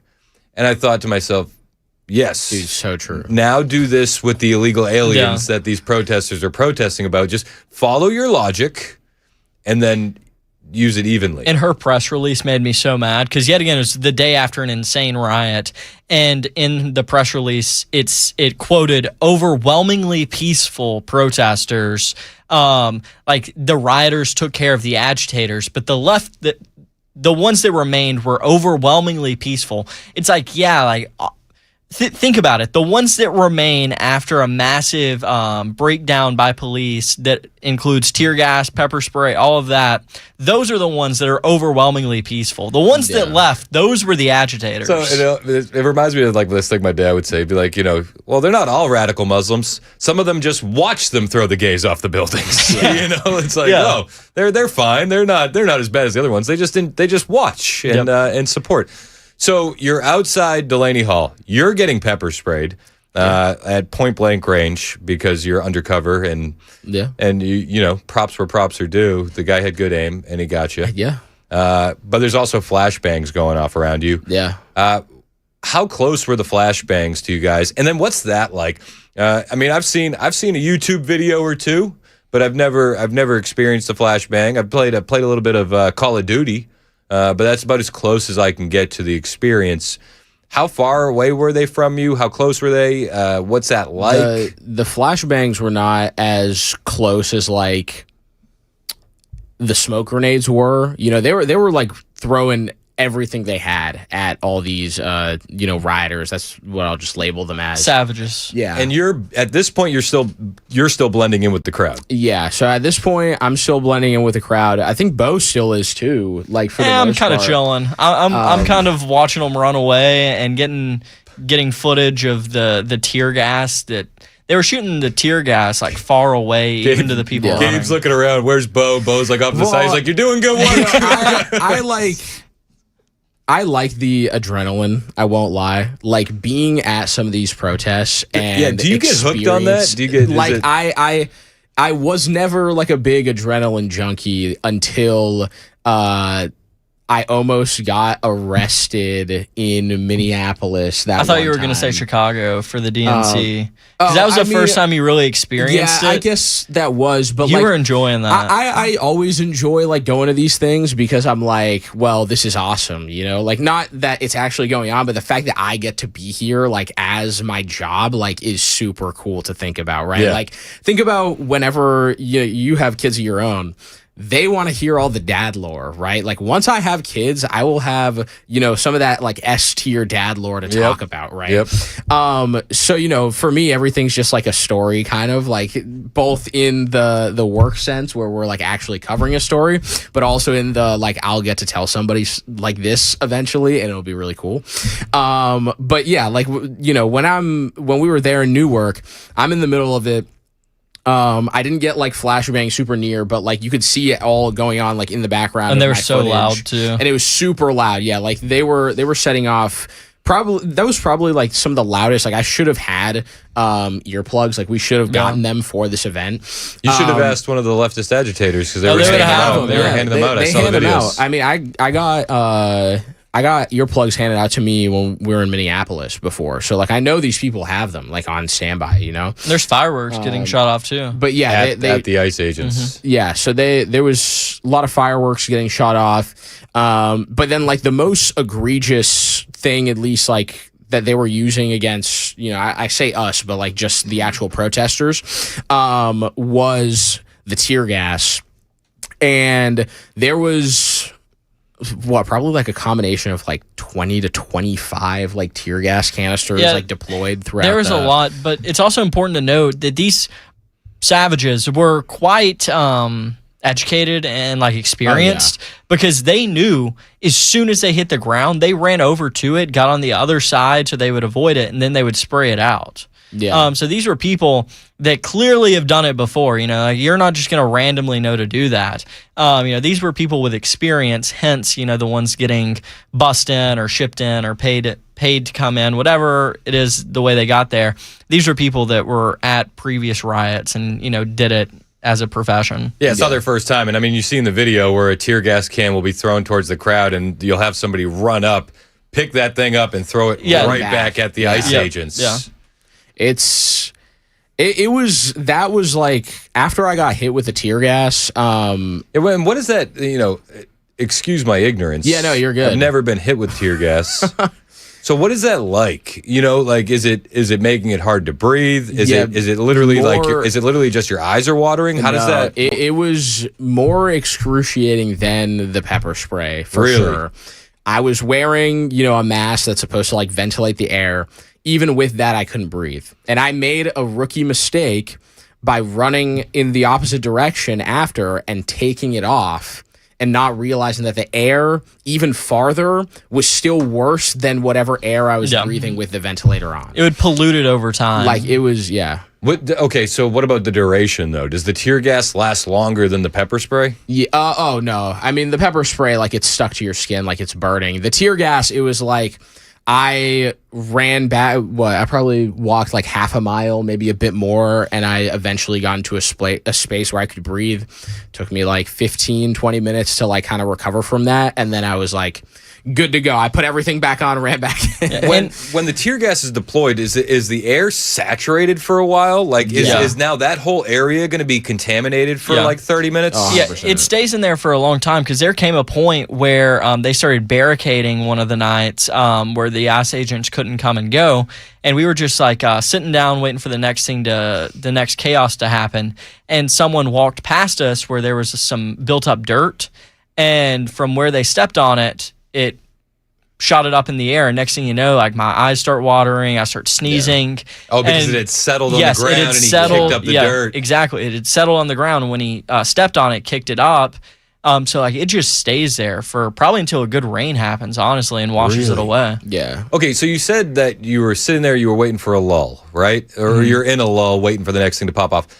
What is that cycle like when you're in those kind of riots and protests? Is it sporadic? Does it kind of get cyclical? You know what I mean? Is it like 15 minutes on, 15 minutes off? Like no, they just wait for.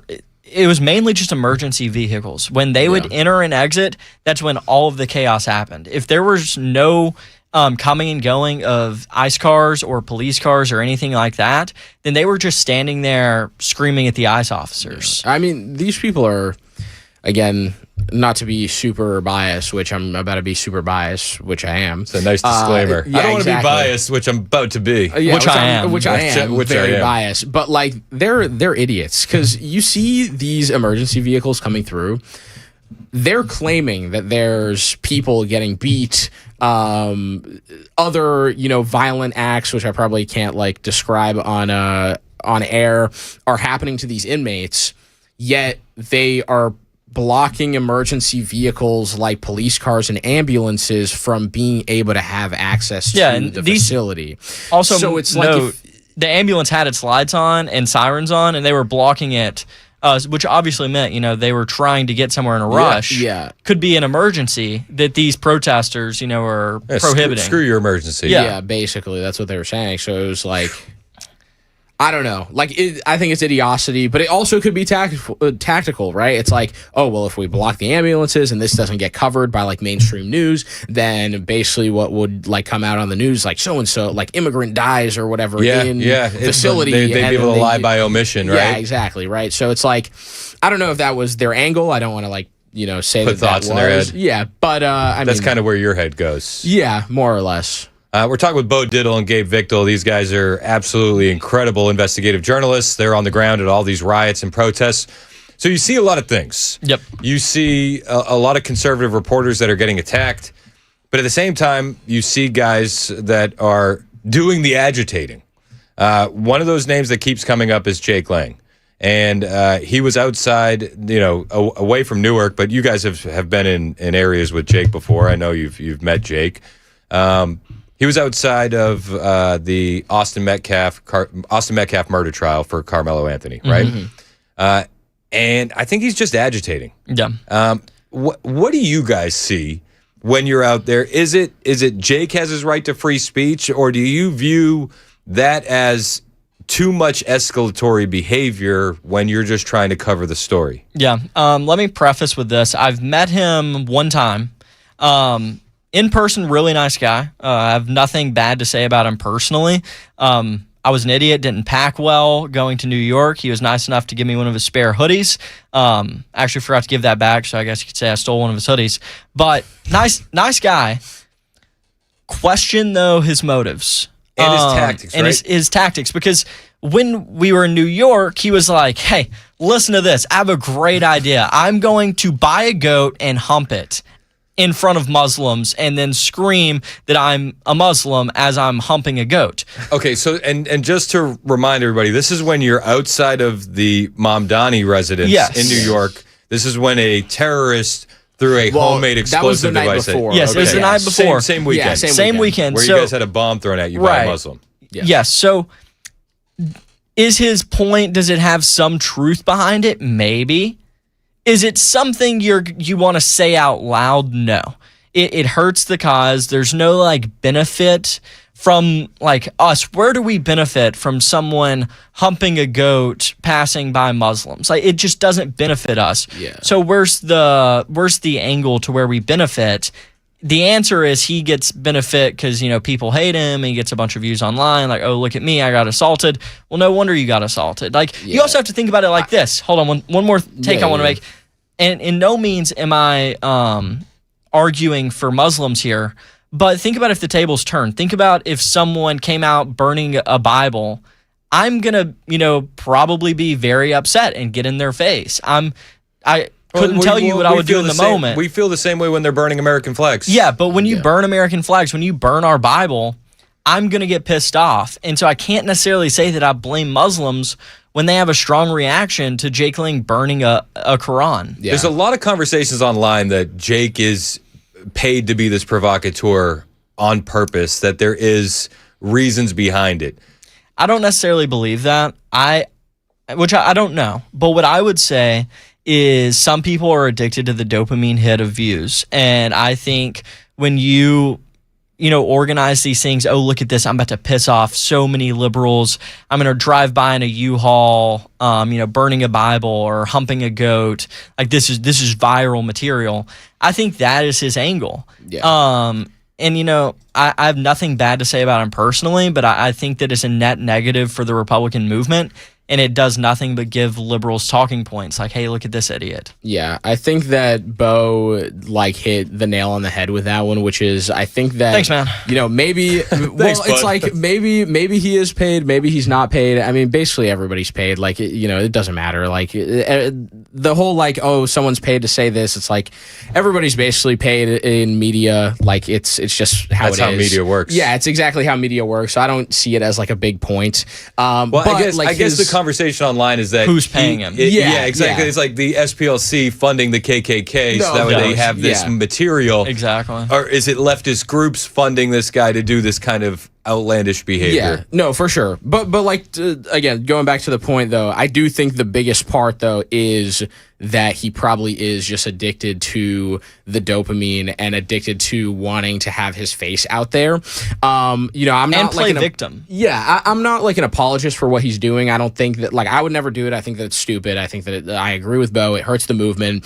I guess like the devil's advocate argument is, why would he want any leftists to even care about what he thinks? Like, he is trying to basically exaggerate the extremity of like their movement, which is like, you could make that argument, but I still think it's stupid. I think there's better ways to go about it. And it's not just Jake. I mean, we locally, Chud the Builder. I mean, guy that runs Which, around. by the way, Jake Lang supports. Yeah, well, it's like, but he runs around and just screams the N-word. And it's like, okay, like is that the right move? Like what do you think is going to happen? It's like, and I'm not even like being like anti-free speech here. I just think it's a little retarded. No, 100%. I'm glad you can say that word on live, because that's the exact word I was wanting to use. I just didn't. Retarded, yeah.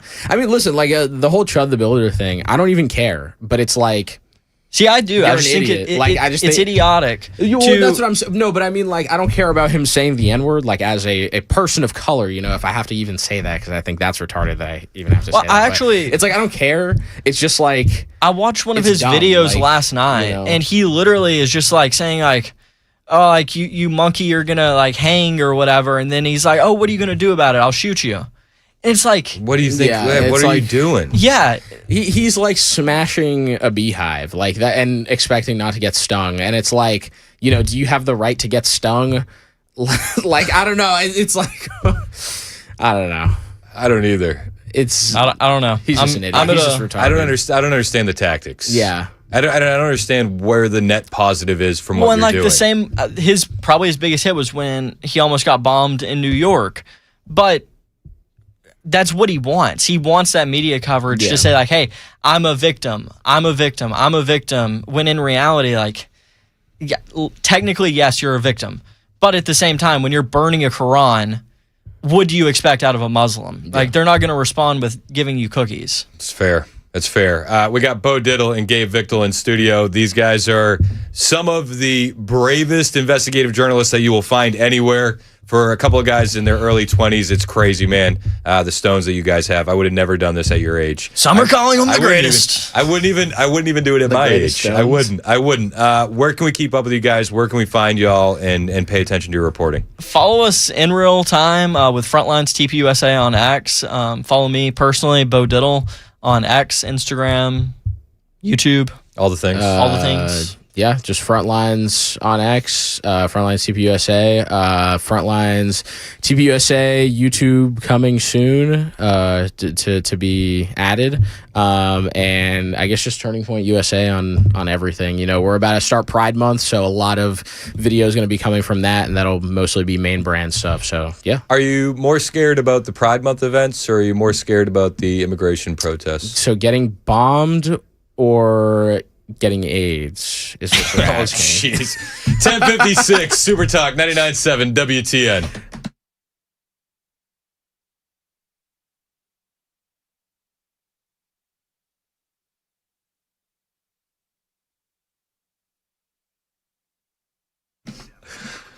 Hey, what's up? It's Chris Hand here for my friends at Busy Bee Plumbing, Heating, and Cooling. Summer's heating up, and Busy Bee Plumbing, Heating, and Cooling is keeping you cool. And if you get a new AC unit, you could absolutely take home a free beach getaway. Listen to this. You purchase a new home air conditioning system during the month of June. If you need one, you need one. So get it from Busy Bee, and then you could win a free 3-day beach getaway.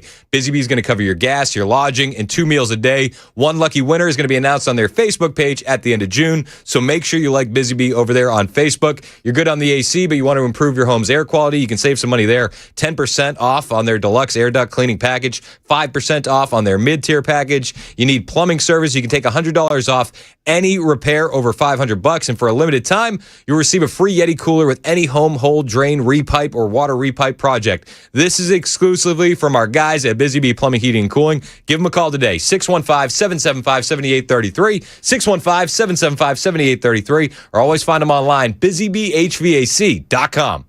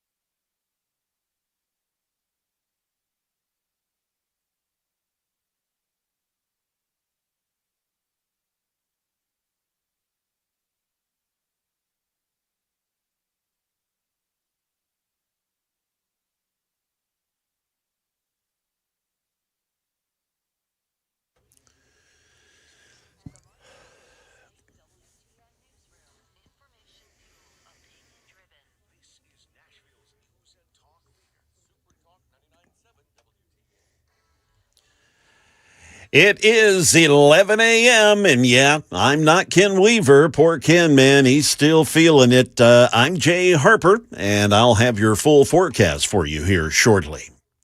There's no breakthrough between the U.S. and Iran in negotiations that could potentially end the war. Iran still controls the Strait of Hormuz, and there have been military flare-ups between the two sides recently, even though the White House insists the ceasefire is holding. ABC's Tom Sufi-Barridge, he's in Israel. He also says President Trump rejected a potential plan that he said could have retrieved Iran's enriched uranium. President Trump was talking about a potential plan that was on the cards, he says, at the very beginning of the war. It would have involved special forces, U.S. special forces, airdropping into Iran. He said heavy equipment would also have been airlifted into those areas.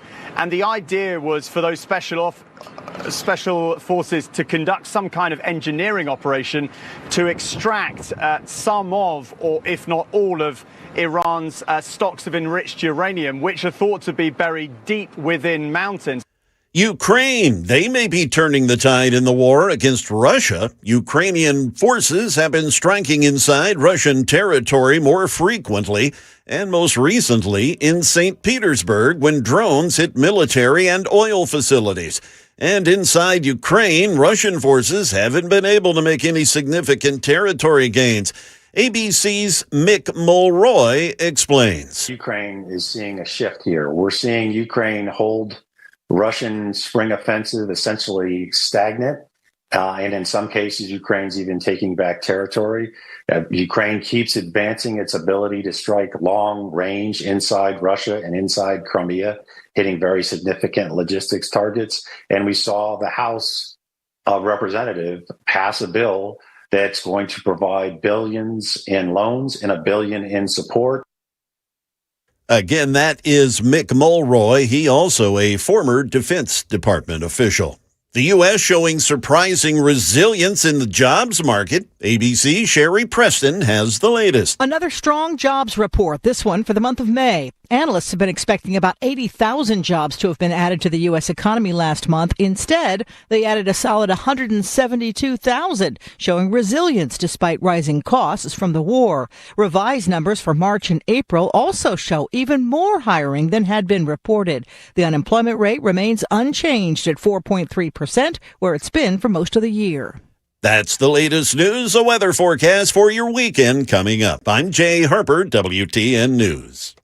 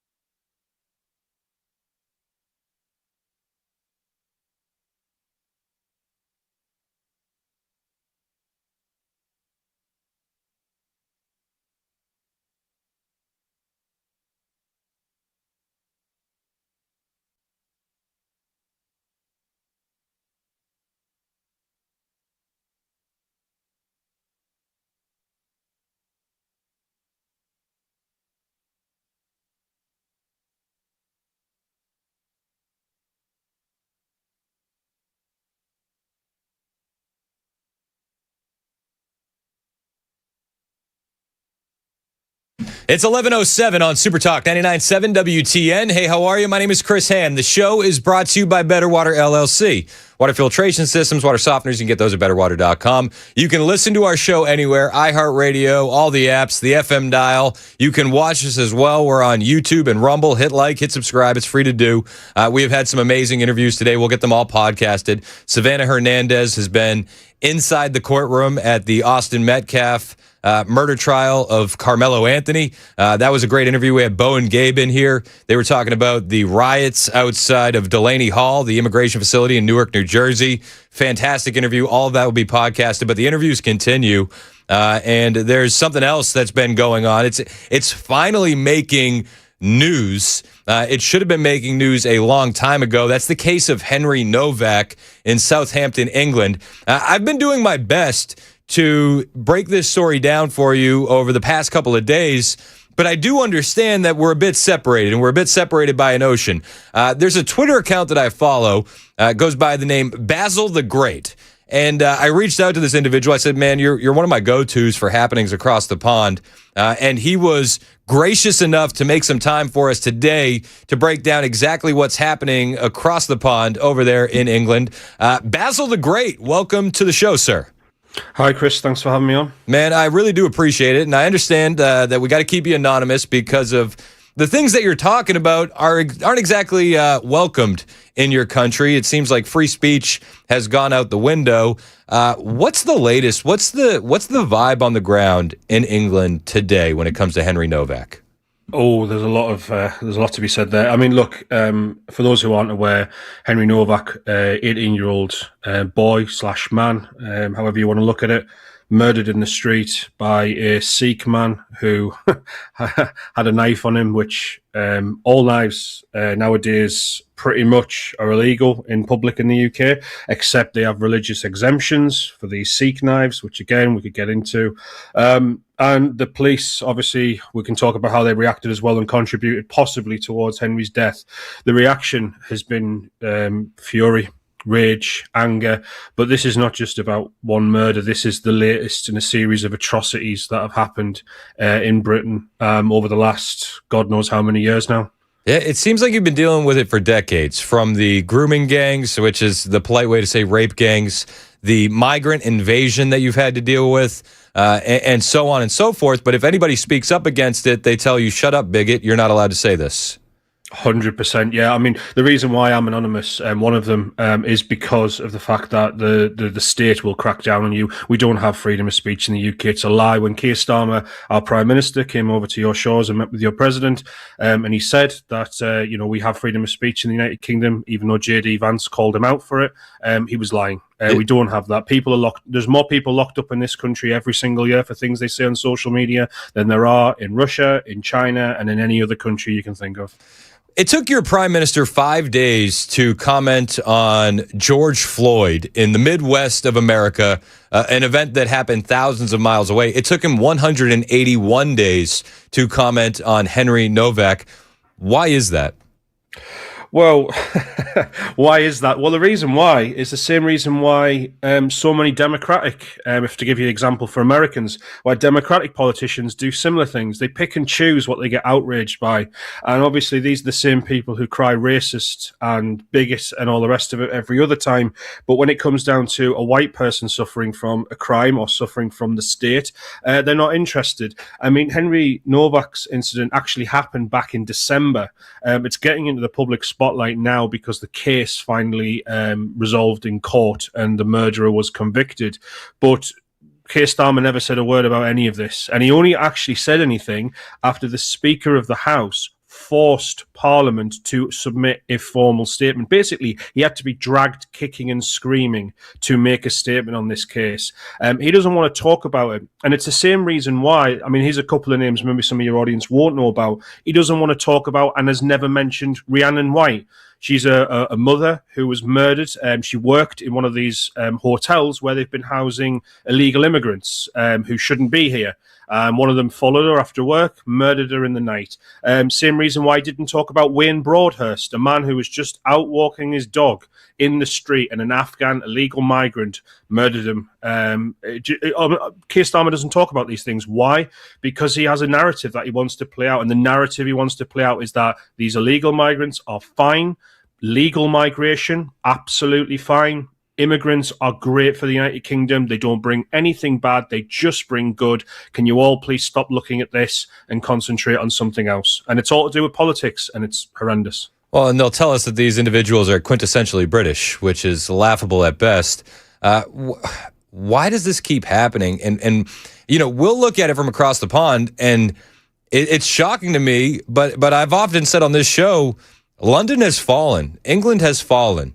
Is there any way to get this country back? Well, I have to believe it, because if I don't, then I would get very upset indeed. Look, can we get our country back? Honest answer, I don't know. But by God, we're going to try. We have a democratic option to do it. 2029, possibly 2034 will be the last elections where we can reverse this tide, because we will then soon after become a demographic minority ourselves in this country, i.e. the original British people of these islands will be outnumbered by everybody else, and we'll become a minority, which is crazy to think about, right? Yeah. When you consider that just in the 90s, so like 30 years ago, it was an over 90% white British country. And now we're talking about becoming a minority in our own country. That's how many immigrants we've had come to these islands. But also, you've got to consider the fact that the politicians, the state, the media, everybody is for this. They all push pro-immigration propaganda down our throats every single day. You go on a tube station, you look on TV, it is all the mixed race family that barely exists. You know, I think it's something like 2% of our population identify as mixed race, but they pretend that that's everybody's life. You know, you've got people intermingling, getting along fine. That's absolutely not the case, but they push it on us to pretend that it is. The truth is, wherever immigrants turn up, usually obviously in the city centres, we then get white flight. So the people, the Cockneys, the people who you just remember on TV from, you know, the showreels from the 80s, the 60s, you know, World War II, that generation, all those people in London, they've all left, pushed out by Africans, Caribbeans, people from the Middle East. You know, London is a wash of all different communities. They call them communities. Really, they're enclaves. They're enclaves of their own little countries. And you go around and you can see the area, and they don't mix. Right? They may mix in public spaces on a daily basis, but that doesn't mean that they're like intermingling and people are living amongst each other. It's just not the case. What happens is you tend to find a certain minority will overtake an area entirely. So there are areas of London now, and you can go and ask people and they'll tell you that's the Bangladeshi area, that's the Pakistani area, and this is what happens, right? And unfortunately, my country's suffering for it badly. Yeah, it's shocking to see, but it seems to be the reality. You mentioned a few names that I had not heard of, and I do blame the media. We played a media report over here on my show, GB News, Patrick Christie, and I played the segment in its entirety because I thought it was downright brave what he did when he covered the Henry Nowak case. Are there brave media figures in Britain that are willing to speak out, or even then, is it kind of followed by a disclaimer? Who are the thought leaders? You know, we hear names like Tommy Robinson, but I'm not even sure if he's really the leader of the charge. Where do you guys look to in Britain for your conservative thought leaders, your British thought leaders? Look, I would say just like in America, right, the right is not one movement, or the conservative movement is not one movement. There is a spectrum of people on this side of politics.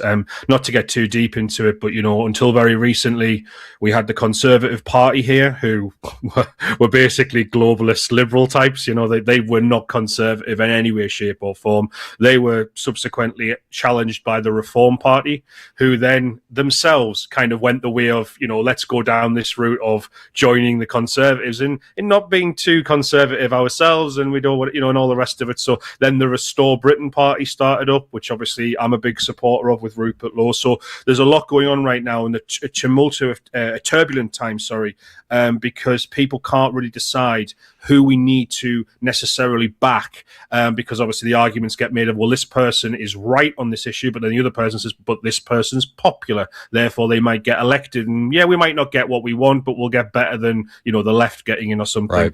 In terms of thinkers, I mean, look, take your pick. Anyone from Douglas Murray. I know a lot of people do follow Tommy Robinson, obviously majorly popular figure, but even he has his detractors these days on this side of politics and say he's not hardline enough. I saw there was an argument last night on Twitter with Tommy Robinson, on X, where he was talking about, whether Sikhs, this is obviously driven by the Henry Nowak murder, whether Sikhs should be welcome in Britain. And, Tommy took the opinion of, maybe they should be. I don't want to speak for him. You can go and look up the argument yourself. But there was many people saying, look, all of these immigrant communities, or most of them at least, including the Sikh community, do bring certain negative aspects to our country, and they shouldn't be here. These are the debates that's happening on the right now, because for the longest time, immigration was not a threat to our way of life and our existence. We are talking about the British people, the ethnically British people, becoming a minority very soon, within the next two to 3 decades, and that would follow with us probably becoming extinct within a century or two, or just being, as we intermingle with other groups and become less and less as a people. So there are real threats now, and people are drawing a line. For me, I've drawn the line with Restore Britain. I think Rupert Law's a really inspirational guy. I've followed him for a while, and I believe that he's right on the major issues. We're talking with Basil the Great. You can find him on X at Basil the Great for our American friends. Basil the Great, he has to remain anonymous because of the threats that could come to him from the state, which is just a statement that I didn't ever think I would have to say for our friends in England, but it's the scary reality. We're talking about the Henry Nowak murder, but a broader conversation about England and what's going on there. Is this a tipping point? Is this an event with Henry Nowak that could wake up the masses? I don't know. I would love to be able to turn around to you and say, yes, this is the moment, everyone's behind it, we're all going to change. I don't know, and here's the sad reality. Back in 2017, I think it was, I don't know if you remember the Ariana Grande concert in Manchester. Yep. There was a terrorist attack there. I honestly thought that was the moment. I mean, when they're blowing up children, I thought that was the moment that the whole country would rise up. Before that, there was an incident that shocked the nation. Lee Rigby, a British member of the army, he was I think he was beheaded actually while on duty, and while he was wearing his army clothes. And again, that image went around the country. I thought that would wake up the entire country. Look, there are so many examples: terrorist attacks, grooming gangs, whatever you want to call them, where I've just said, surely now is the time. And eventually you start realizing it just doesn't seem like it ever is the time.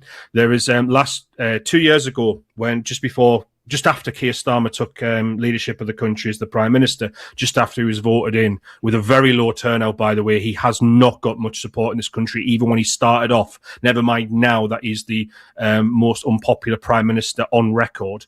But just after he took power, the Southport incident happened, where 3 little girls were murdered, many others were stabbed, when a psychotic African, shall I say, the son of Africans, who was born here in this country, in the UK. So people had the big debate over is he British or not. I'll just tell you right now, if two Rwandans have a child, in my opinion, they're still Rwandan. But apparently not in some people's eyes. They see it as the magic soil you're born on turns you into a British person. Anyway, he murdered 3 girls, stabbed many others at a dance class. Yeah, and, they were dancing. They were dancing to Taylor Swift songs, if I recall correctly. And I thought that would wake the country up. And there was protests and riots after that, but they all died down eventually. The state cracked down hard.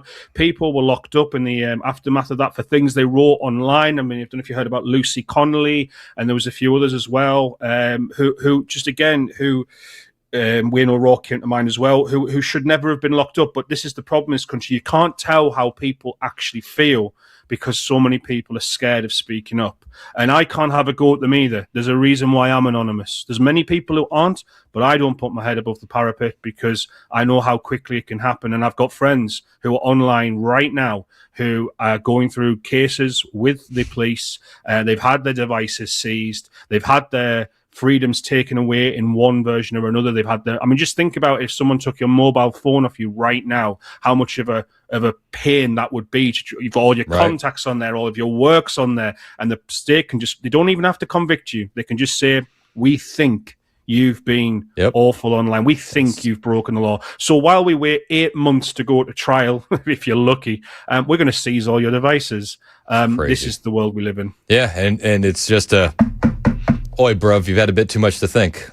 Yeah, exactly. I mean, there was an incident, by the way. I don't know if anyone saw the video, but there was an incident where the police literally were caught on camera saying, "We've come to check your thinking on this," which is quite an Orwellian thing to say. I know it's 1984. 1984 is completely lost in them. And by the way, with Keir Starmer, of course, it's lost them as well. I mean, that famous phrase from the book, the party told you to reject the evidence of your eyes and ears. It was their final, most essential command. I mean, just yesterday, we had Keir Starmer on TV, live in front of the world, saying that the reason why there's unrest and division in the UK is not because a poor white boy has been murdered in the streets and the police, instead of saving him, tried to arrest him. No, he said it was because Elon Musk is stoking division on X. Again, they will lie. They will lie again, and unfortunately, it's we like have a media that is obsessed with keeping them happy. Yeah, ignore the fact that the perpetrator's mother showed up to the scene of the crime and then hid the murder weapon. Please ignore that. Ignore the fact that the perpetrator's brother called 999, the 911 equivalent in Great Britain, and said, "Oh, we've been racially attacked by a white man." Ignore all of that. Please, it's Elon Musk's fault, of course.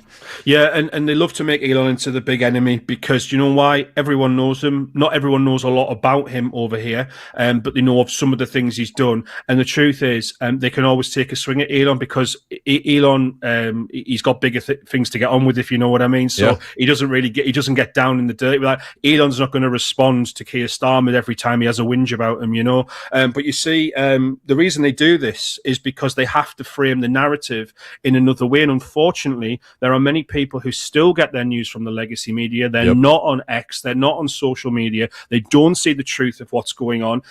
They haven't benefited from the freedom of speech that you get on those platforms, in particular X, the one I'm a member of. And so they see the BBC, we've got Channel 4, ITV, Sky News. To British people, they're all nodding their heads right now going, yep, all part of the same block. They're horrific, and they don't do a job worthy of the name of journalism. They're propagandists for the establishment. Do you think we're talking about Henry Nowak today in America if it wasn't for the platform X?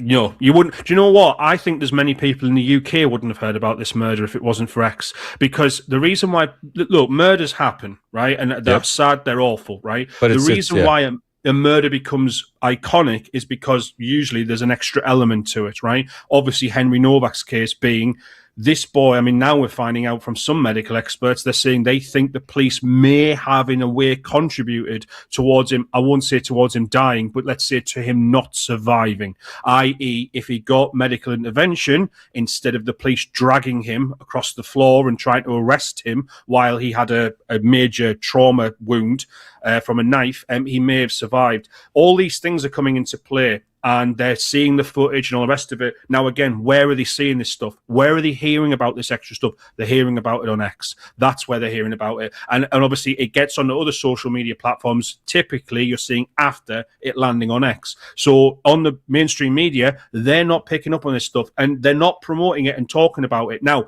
in recent days, they have done. But why is that? It's because everybody's already talking about it. It was the same thing with the grooming gangs, the rape gangs, as you put them, right? Plagued this country for decades. Politicians sometimes have been involved, but they've definitely been involved in the cover-up of it, right? They've tried to suppress that getting out there. Just over a year ago, Elon Musk, in the January of last year, brings it all up, starts putting it into the... He can actually change the narrative. The outrage from across the pond was people over here felt they had to talk about this issue. We, people like me, patriots in the UK, who've been crying out about it for the longest time, were so grateful that he did. Unfortunately, we have to rely on people like Elon to do it for us because our own elites often won't do it. And that's the sad reality. Basil the Great, available on X. He's worth the follow. I've been following you for a long time. When it comes to the happenings across the pond, I think that you are an unbelievable source. I definitely want to have you on again, my friend. I appreciate the time and I appreciate the conversation.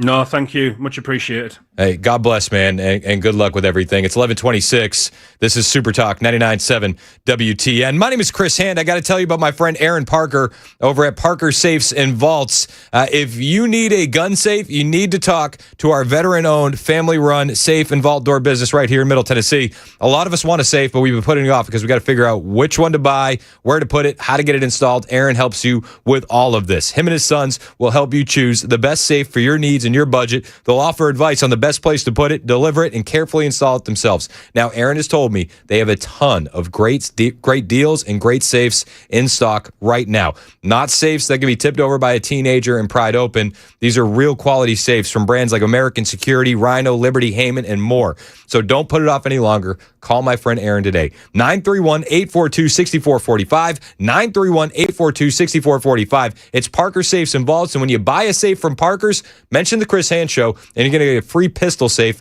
while supplies last. ParkerSafes.com.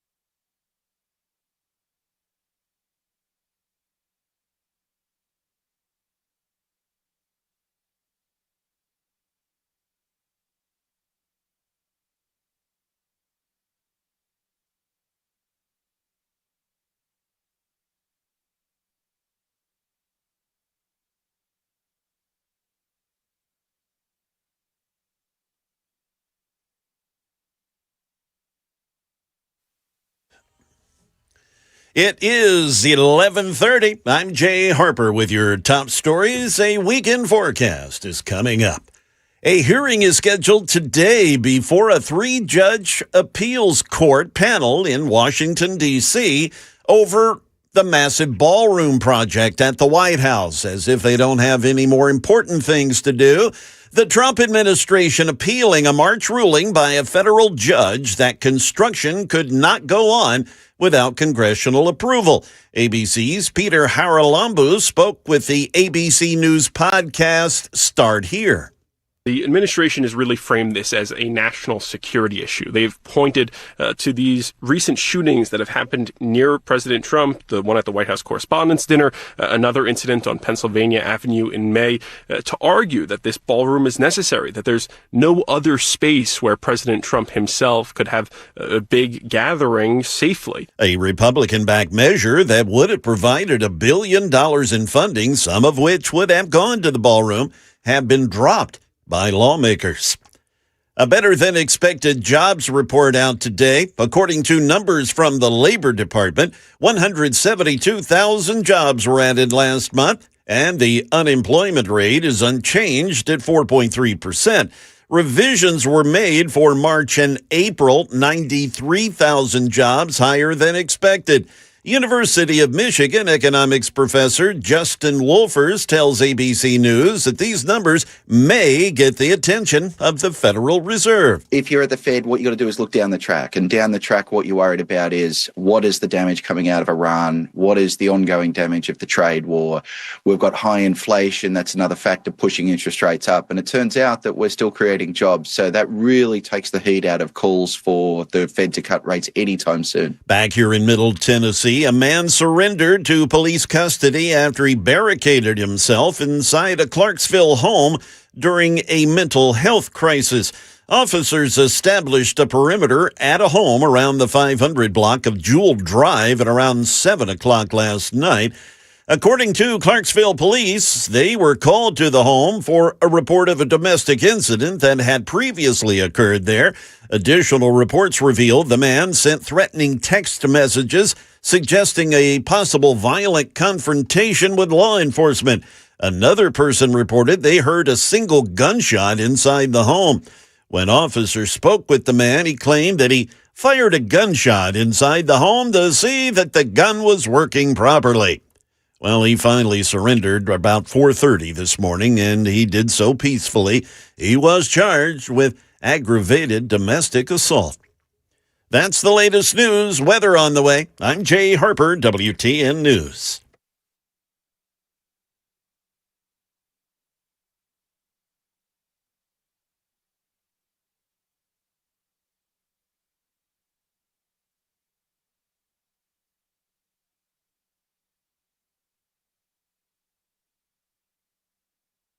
Hey, what's up? It's Chris Hand here for my friends at United Structural Systems, USS. They're the absolute best. And when you start noticing cracks in your walls, uneven floors, or a driveway that's starting to sink, man, it's not just a home issue. It's a peace of mind issue. And who you're going to trust to fix it absolutely matters. This is why I'm going to recommend United Structural Systems. There's a reason that they've been in business since 1994, decades on the job. And it's because they don't push scare tactics. They're not pushing quick fixes, and they're not sending a sales guy to your home worried about his quota. What they're going to do is they're going to send a pro, and they're going to give you a real inspection, honest answers, and solutions that are built to last. So whether it's foundation repair or crawl space issues or concrete leveling for your driveway or patio, USS, they're going to be using the best systems, engineered systems designed for long-term performance, not temporary patches. And this is what stands out. If you don't need the work, well, that's what they'll tell you. If you do need some work, you'll know exactly why before anything starts. Right now, they're also offering 24 months of no interest financing, but only through the end of June. Don't wait, because waiting on problems like this will always cost you more. Visit USSTN.com or call 615-488-7855, 615-488-7855, United Structural Systems, USSTN.com.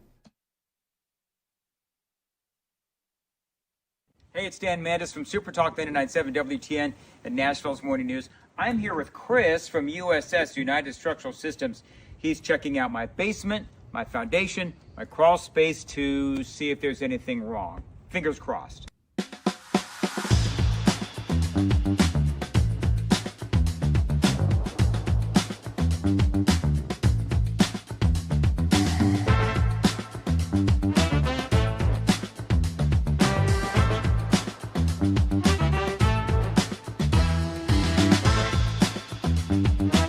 All right, so there's good news and there's bad news.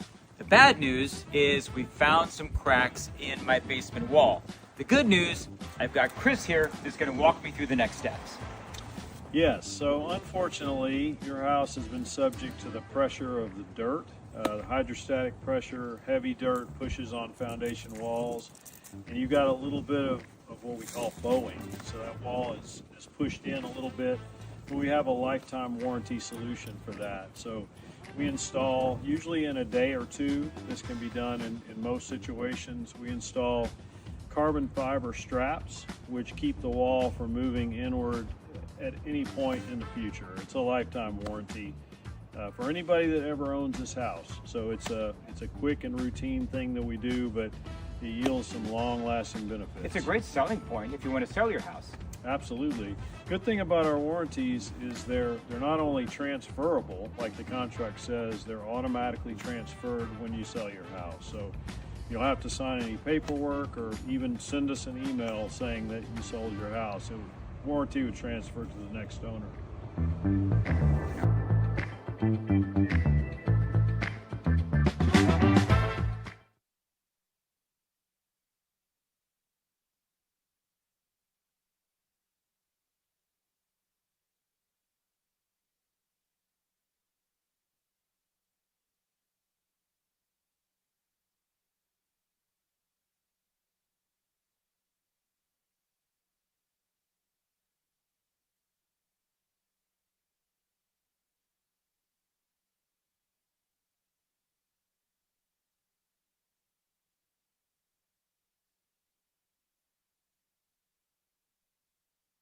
37 minutes past the hour on Super Talk 99.7 WTN. My name is Chris Hand. The show is brought to you by Better Water LLC.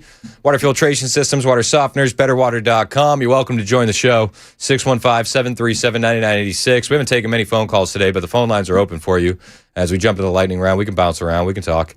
I had somebody text in. They said, good show, Chris, but a little depressing for a Friday. My apologies. It's a lot. My apologies. Listen, I've been very proud of this show. You should be. And it's not because of anything I've done. We have had some unbelievable guests, and everything's going to be on the podcast. Savannah Hernandez is an absolute star. Bo and Gabe, the stones on those kids. The getting an inside look what's happening in London from Basil the Great on X. Fantastic. We were just texting back and forth after I got off the air with him. We are definitely going to be doing more with Basil. He's tuned in, to say the least, and we appreciate his voice. I love the fact that he has an opportunity to use his voice here on this platform because he can't across the pond, which is absolutely disgraceful. It just really is, man. It's infuriating. I feel for them over there. I pray for them often, and I hope that the subtle oppression that they're dealing with is remedied rather quickly. Prayers up for Henry Nowak's family. I mean, they're still going through it. Can you imagine that? Like that happened in the beginning of December of 2025. It is now the beginning of June 2026. You think they feel better today? Everybody tells you like, oh, don't worry, it'll get better with time. It doesn't. I don't know what to tell you. My cousin actually passed away from cancer at 19, and it's 20 years today since he's passed away. And I saw my aunt on Instagram. She posted something for him, and that line crossed my head. Right, like it's like they'll tell you it'll get better with time, but it doesn't. It's just the reality. It doesn't get better with time. And my cousin died of cancer. He wasn't murdered in the streets and then left to die by police. So, I mean, different circumstances, obviously, but I don't know. It's like you could almost like cancer is easier to wrap your head around. Does that make sense? Like I'm not saying it's less painful, but it's easier to understand. It's a disease that like you can't really do anything about. It's like, you get it and it happens. Are you talking about immigration in the UK? Oh, sorry. Yep, you're right. You're right. Also a disease that they got and they can't do anything about. Also referred to as a cancer. Yeah, honestly. So I mean, I'm just again prayers for the Nowak family, man. That is tough. But we are glad that you guys are here today. Appreciate you being part of the show. Uncle Phil used to call y'all the vast staff. We're co-opting that term. Checks in the mail. And we appreciate even during the interviews. Yeah. I got guys on the text line. They're like, "Ooh, ask Savannah this," and I'm like, "That's a good question. I wouldn't have thought of that," and I just toss it in. Bo and Gabe are in the studio. Somebody has a good question. I'm like, oh, that's solid. Like, wouldn't have thought of that. So you guys are an important part of the show, even if we're not acknowledging it. I always give props back on the text line when I'm stealing questions, but a lot of my best questions don't come from me. So thank you for what you guys do as a part of this show. It's huge. It's massive. So we thank you. Somebody asked me if I've seen the clip of Henry Nowak's father making a statement about knife crime instead of calling it what it actually is. Yeah, I feel you. It's tough, man. That's the level of propaganda and brainwashing that they've had to deal with over there for decades. I saw that too. I'm not gonna take aim at Henry Nowak's father, though. I'd be lying to you if I said that thought didn't cross my head as well when he said that this scourge of knife crime needs to end. It's like, come on. Basil the Great on X, it's worth a follow. He actually posted earlier today. I retweeted it. If you want to find Basil, find me at Chris Hand on Air, and I put a couple of his tweets right at the top so that way it's an easy follow for you guys. But he posted this tweet. Security told you that your tub of Nutella is too dangerous to take on the plane. Meanwhile, a Sikh man is allowed to bring on his knife. It actually happens. That's real. Dave in Smyrna, what's up, man? How are you? Shalom, dude. How are you? Shalom, our favorite Hebrew. What's up, man? You doing good? I'm doing good, man. I had to call and talk to you about the Henry Nowak thing. Like, I consider myself kind of an Anglophile. At least I always have liked their history. And stop and think about this for a minute. The country that gave you Edward III and the Black Prince, the country that had an empire that spanned 3/4 of the face of the planet. The sun never sets on the British Empire. Yeah. And then the country that gave us the Enlightenment, Locke, Smith, all the thinkers that heavily influenced our founders. And look, and for years, for decades, and for centuries, people from the British colonies would go to England and they would assimilate and they would become British. There are tons of Indian people of British people of Indian ancestry and to a certain degree Pakistani ancestry. But just like what has happened here, they have been told for however many years, assimilation is not what you do. And that's where it has all gone off the rails, both here and there. Yep. There, it's just accelerated. But I know when I went to, I was lucky enough to go to London for the millennium. My parents took me as a birthday present type thing. That's cool. And it was so cool. I got to see all the various ethnic neighborhoods, and yeah, that's super cool. But there was no doubt that these people were British. That was their identity. They had their ethnicities, but it's what it always has been. It's an international city. It was once the center of an empire, so you expect that kind of stuff. But everybody, again, it was about assimilation, and if you do not have assimilation with immigration, you have chaos. Yep, you're absolutely right. I mean, there's no better way to put it, man. I completely agree. Dave, thanks for listening, man. As always, have a good one, man. And I was so happy to see you over the weekend at the Glock store, and have my boys shake your hand as well, man. We love you, bud. Good to talk to you guys. Likewise. Let's go to our friend Tony in Montreal, one of our favorite Canadians. What's up, Tony? Listen, I love what you guys are doing. I listen to you guys from the morning. I listen to you from the morning on. I'm tired of listening to the socialist decline in the West. It's happening in Canada. What Basil does under his account, I do under Timber. Tony tells the truth. And if your listeners want to see how I feel about Islamofascists coming to our country, which are coming to your country, ruining your country, this Kirpan stuff where people get killed like Henry Nowak, we had the same debate in Canada. I already talked to you about this. If we don't stop this, okay, like the first thing that America, Canada, and the rest of the Western world should do, Sharia law should never be imposed. It's a revolutionary issue as far as I'm concerned. We have a legal system. If you impose Sharia, you should be deported immediately. You are a terrorist and you are a revolutionary. Get out of our country. And the Scott Pellys of the world, when they go to these universities and talk the nonsense that they talk about, that these young kids are the only saviors, the vanguard. That word vanguard is a Marxist terminology. And we have to stop this. Okay, your radio station should be Radio Free America, okay? Just like it used to be Radio Free Europe. Okay, this is where we're at this point. This is an ideological war for our country. If you combine Islamofascism, if you combine immigrationalism, you combine Singham, Soros, and Qatar, who are funding these people. This nonsense that happens at New Jersey, every one of those people should have been arrested, completely arrested. And whatever her name is, Mikey Sherrill. Yeah, Mikey Nonsense Sherrill. She should be deported. She's an idiot. You know, you're the leader of your state. You are the leading legal person, and you're allowing riots in your streets. I don't want to go on because it just. Well, and it's listen, the New Jersey stuff is going to be even worse over this weekend. I hope everybody's keeping score at home. The New Jersey Democrats are now withdrawing police from Delaney Hall and that ICE facility there, and Antifa and leftist rioters are still out there in full strength. Oh, you keep it up, man, because you're the voice of freedom.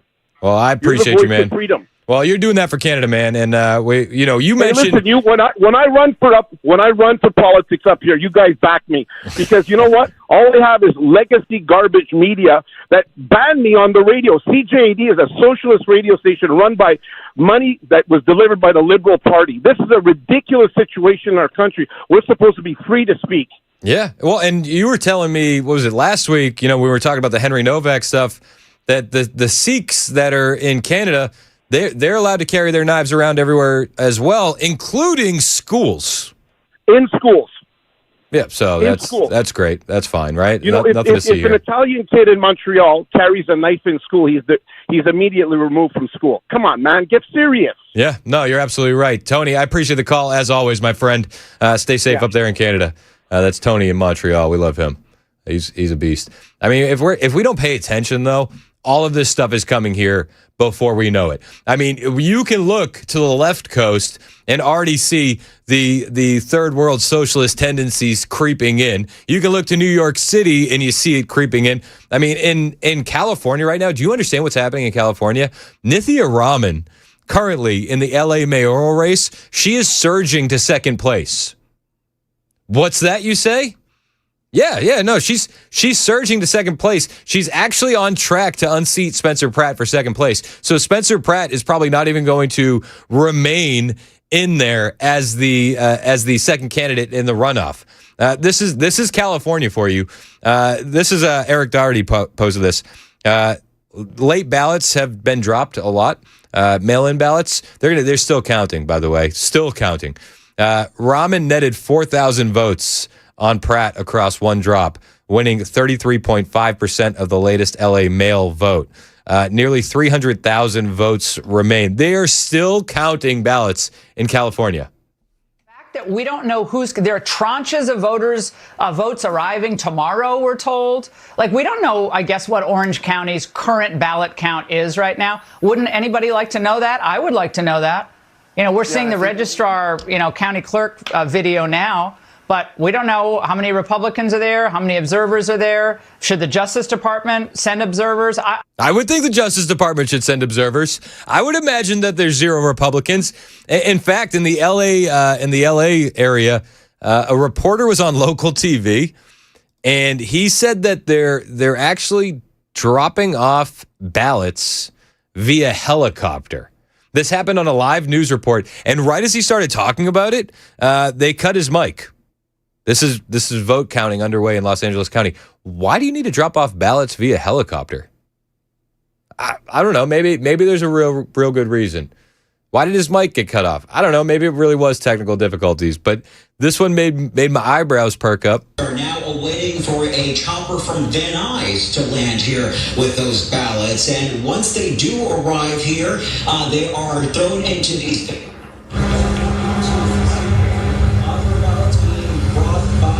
Obviously, we're having issues, unfortunately, with Andres Gutierrez's.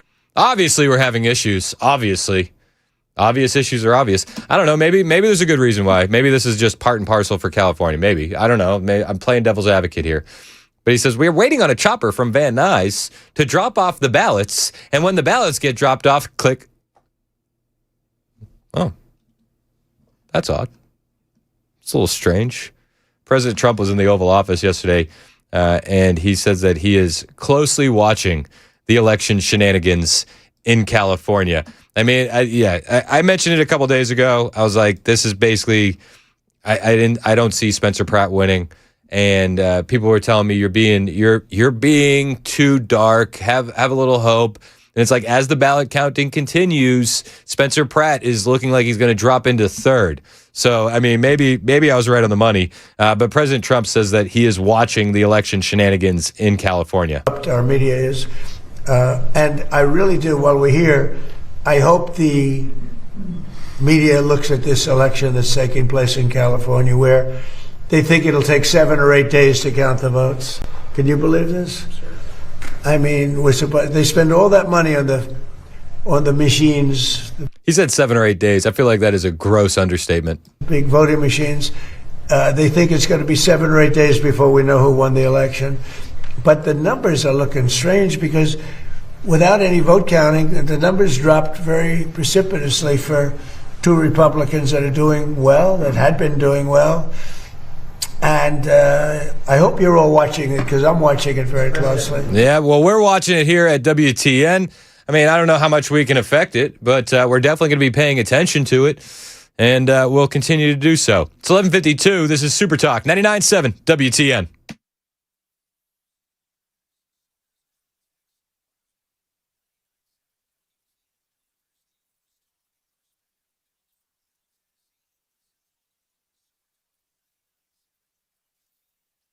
Hey, what's up? It's Chris Hand here for my friend Aaron Parker over at Parker Safes and Vaults in Shelbyville. They're our veteran-owned, family-run safe and vault door business serving all of Middle Tennessee, anywhere really in Tennessee. They've even gone to other states to deliver safes. These guys are the absolute best. A lot of us want a safe, but we got these questions, man, these burning questions. Which one do we get? Well, Aaron and his sons will help you with that. They run a YouTube channel. They have a video review of every safe that they have in stock. Search Parker Safes on YouTube. From there, you got to figure out where am I going to put it? How am I going to get it installed? Aaron and his sons will help you with that as well. They'll help you choose the best safe for your needs and your budget, offer advice on the best place to put it. They'll deliver it and carefully install it themselves. Quality safes from American Security, Rhino, Liberty, Heyman, all available at Parker Safes and Vaults. Don't put it off any longer. Call my guy Aaron today. 931-842-6445. 931-842-6445. It's Parker Safes and Vaults. Mention the Chris Hand Show. When you buy a safe, you'll get a free pistol safe while supplies last. Always online, parkersafes.com.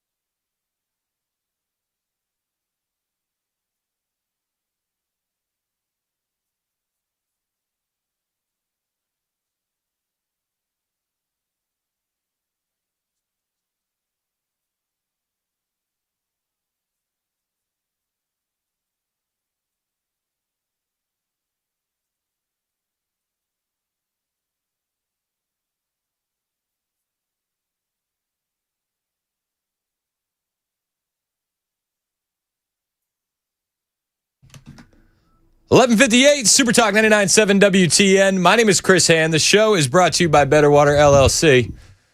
Water filtration systems, water softeners, betterwater.com. I just got a great text. Let's hear it. 7751 said, happy fantastic Friday. Started off good. Then it said, Carol Swain and Tommy Lauren should replace Chris and Chad. Joke's on you. Cumulus can't afford them. What's going on, man? How are you?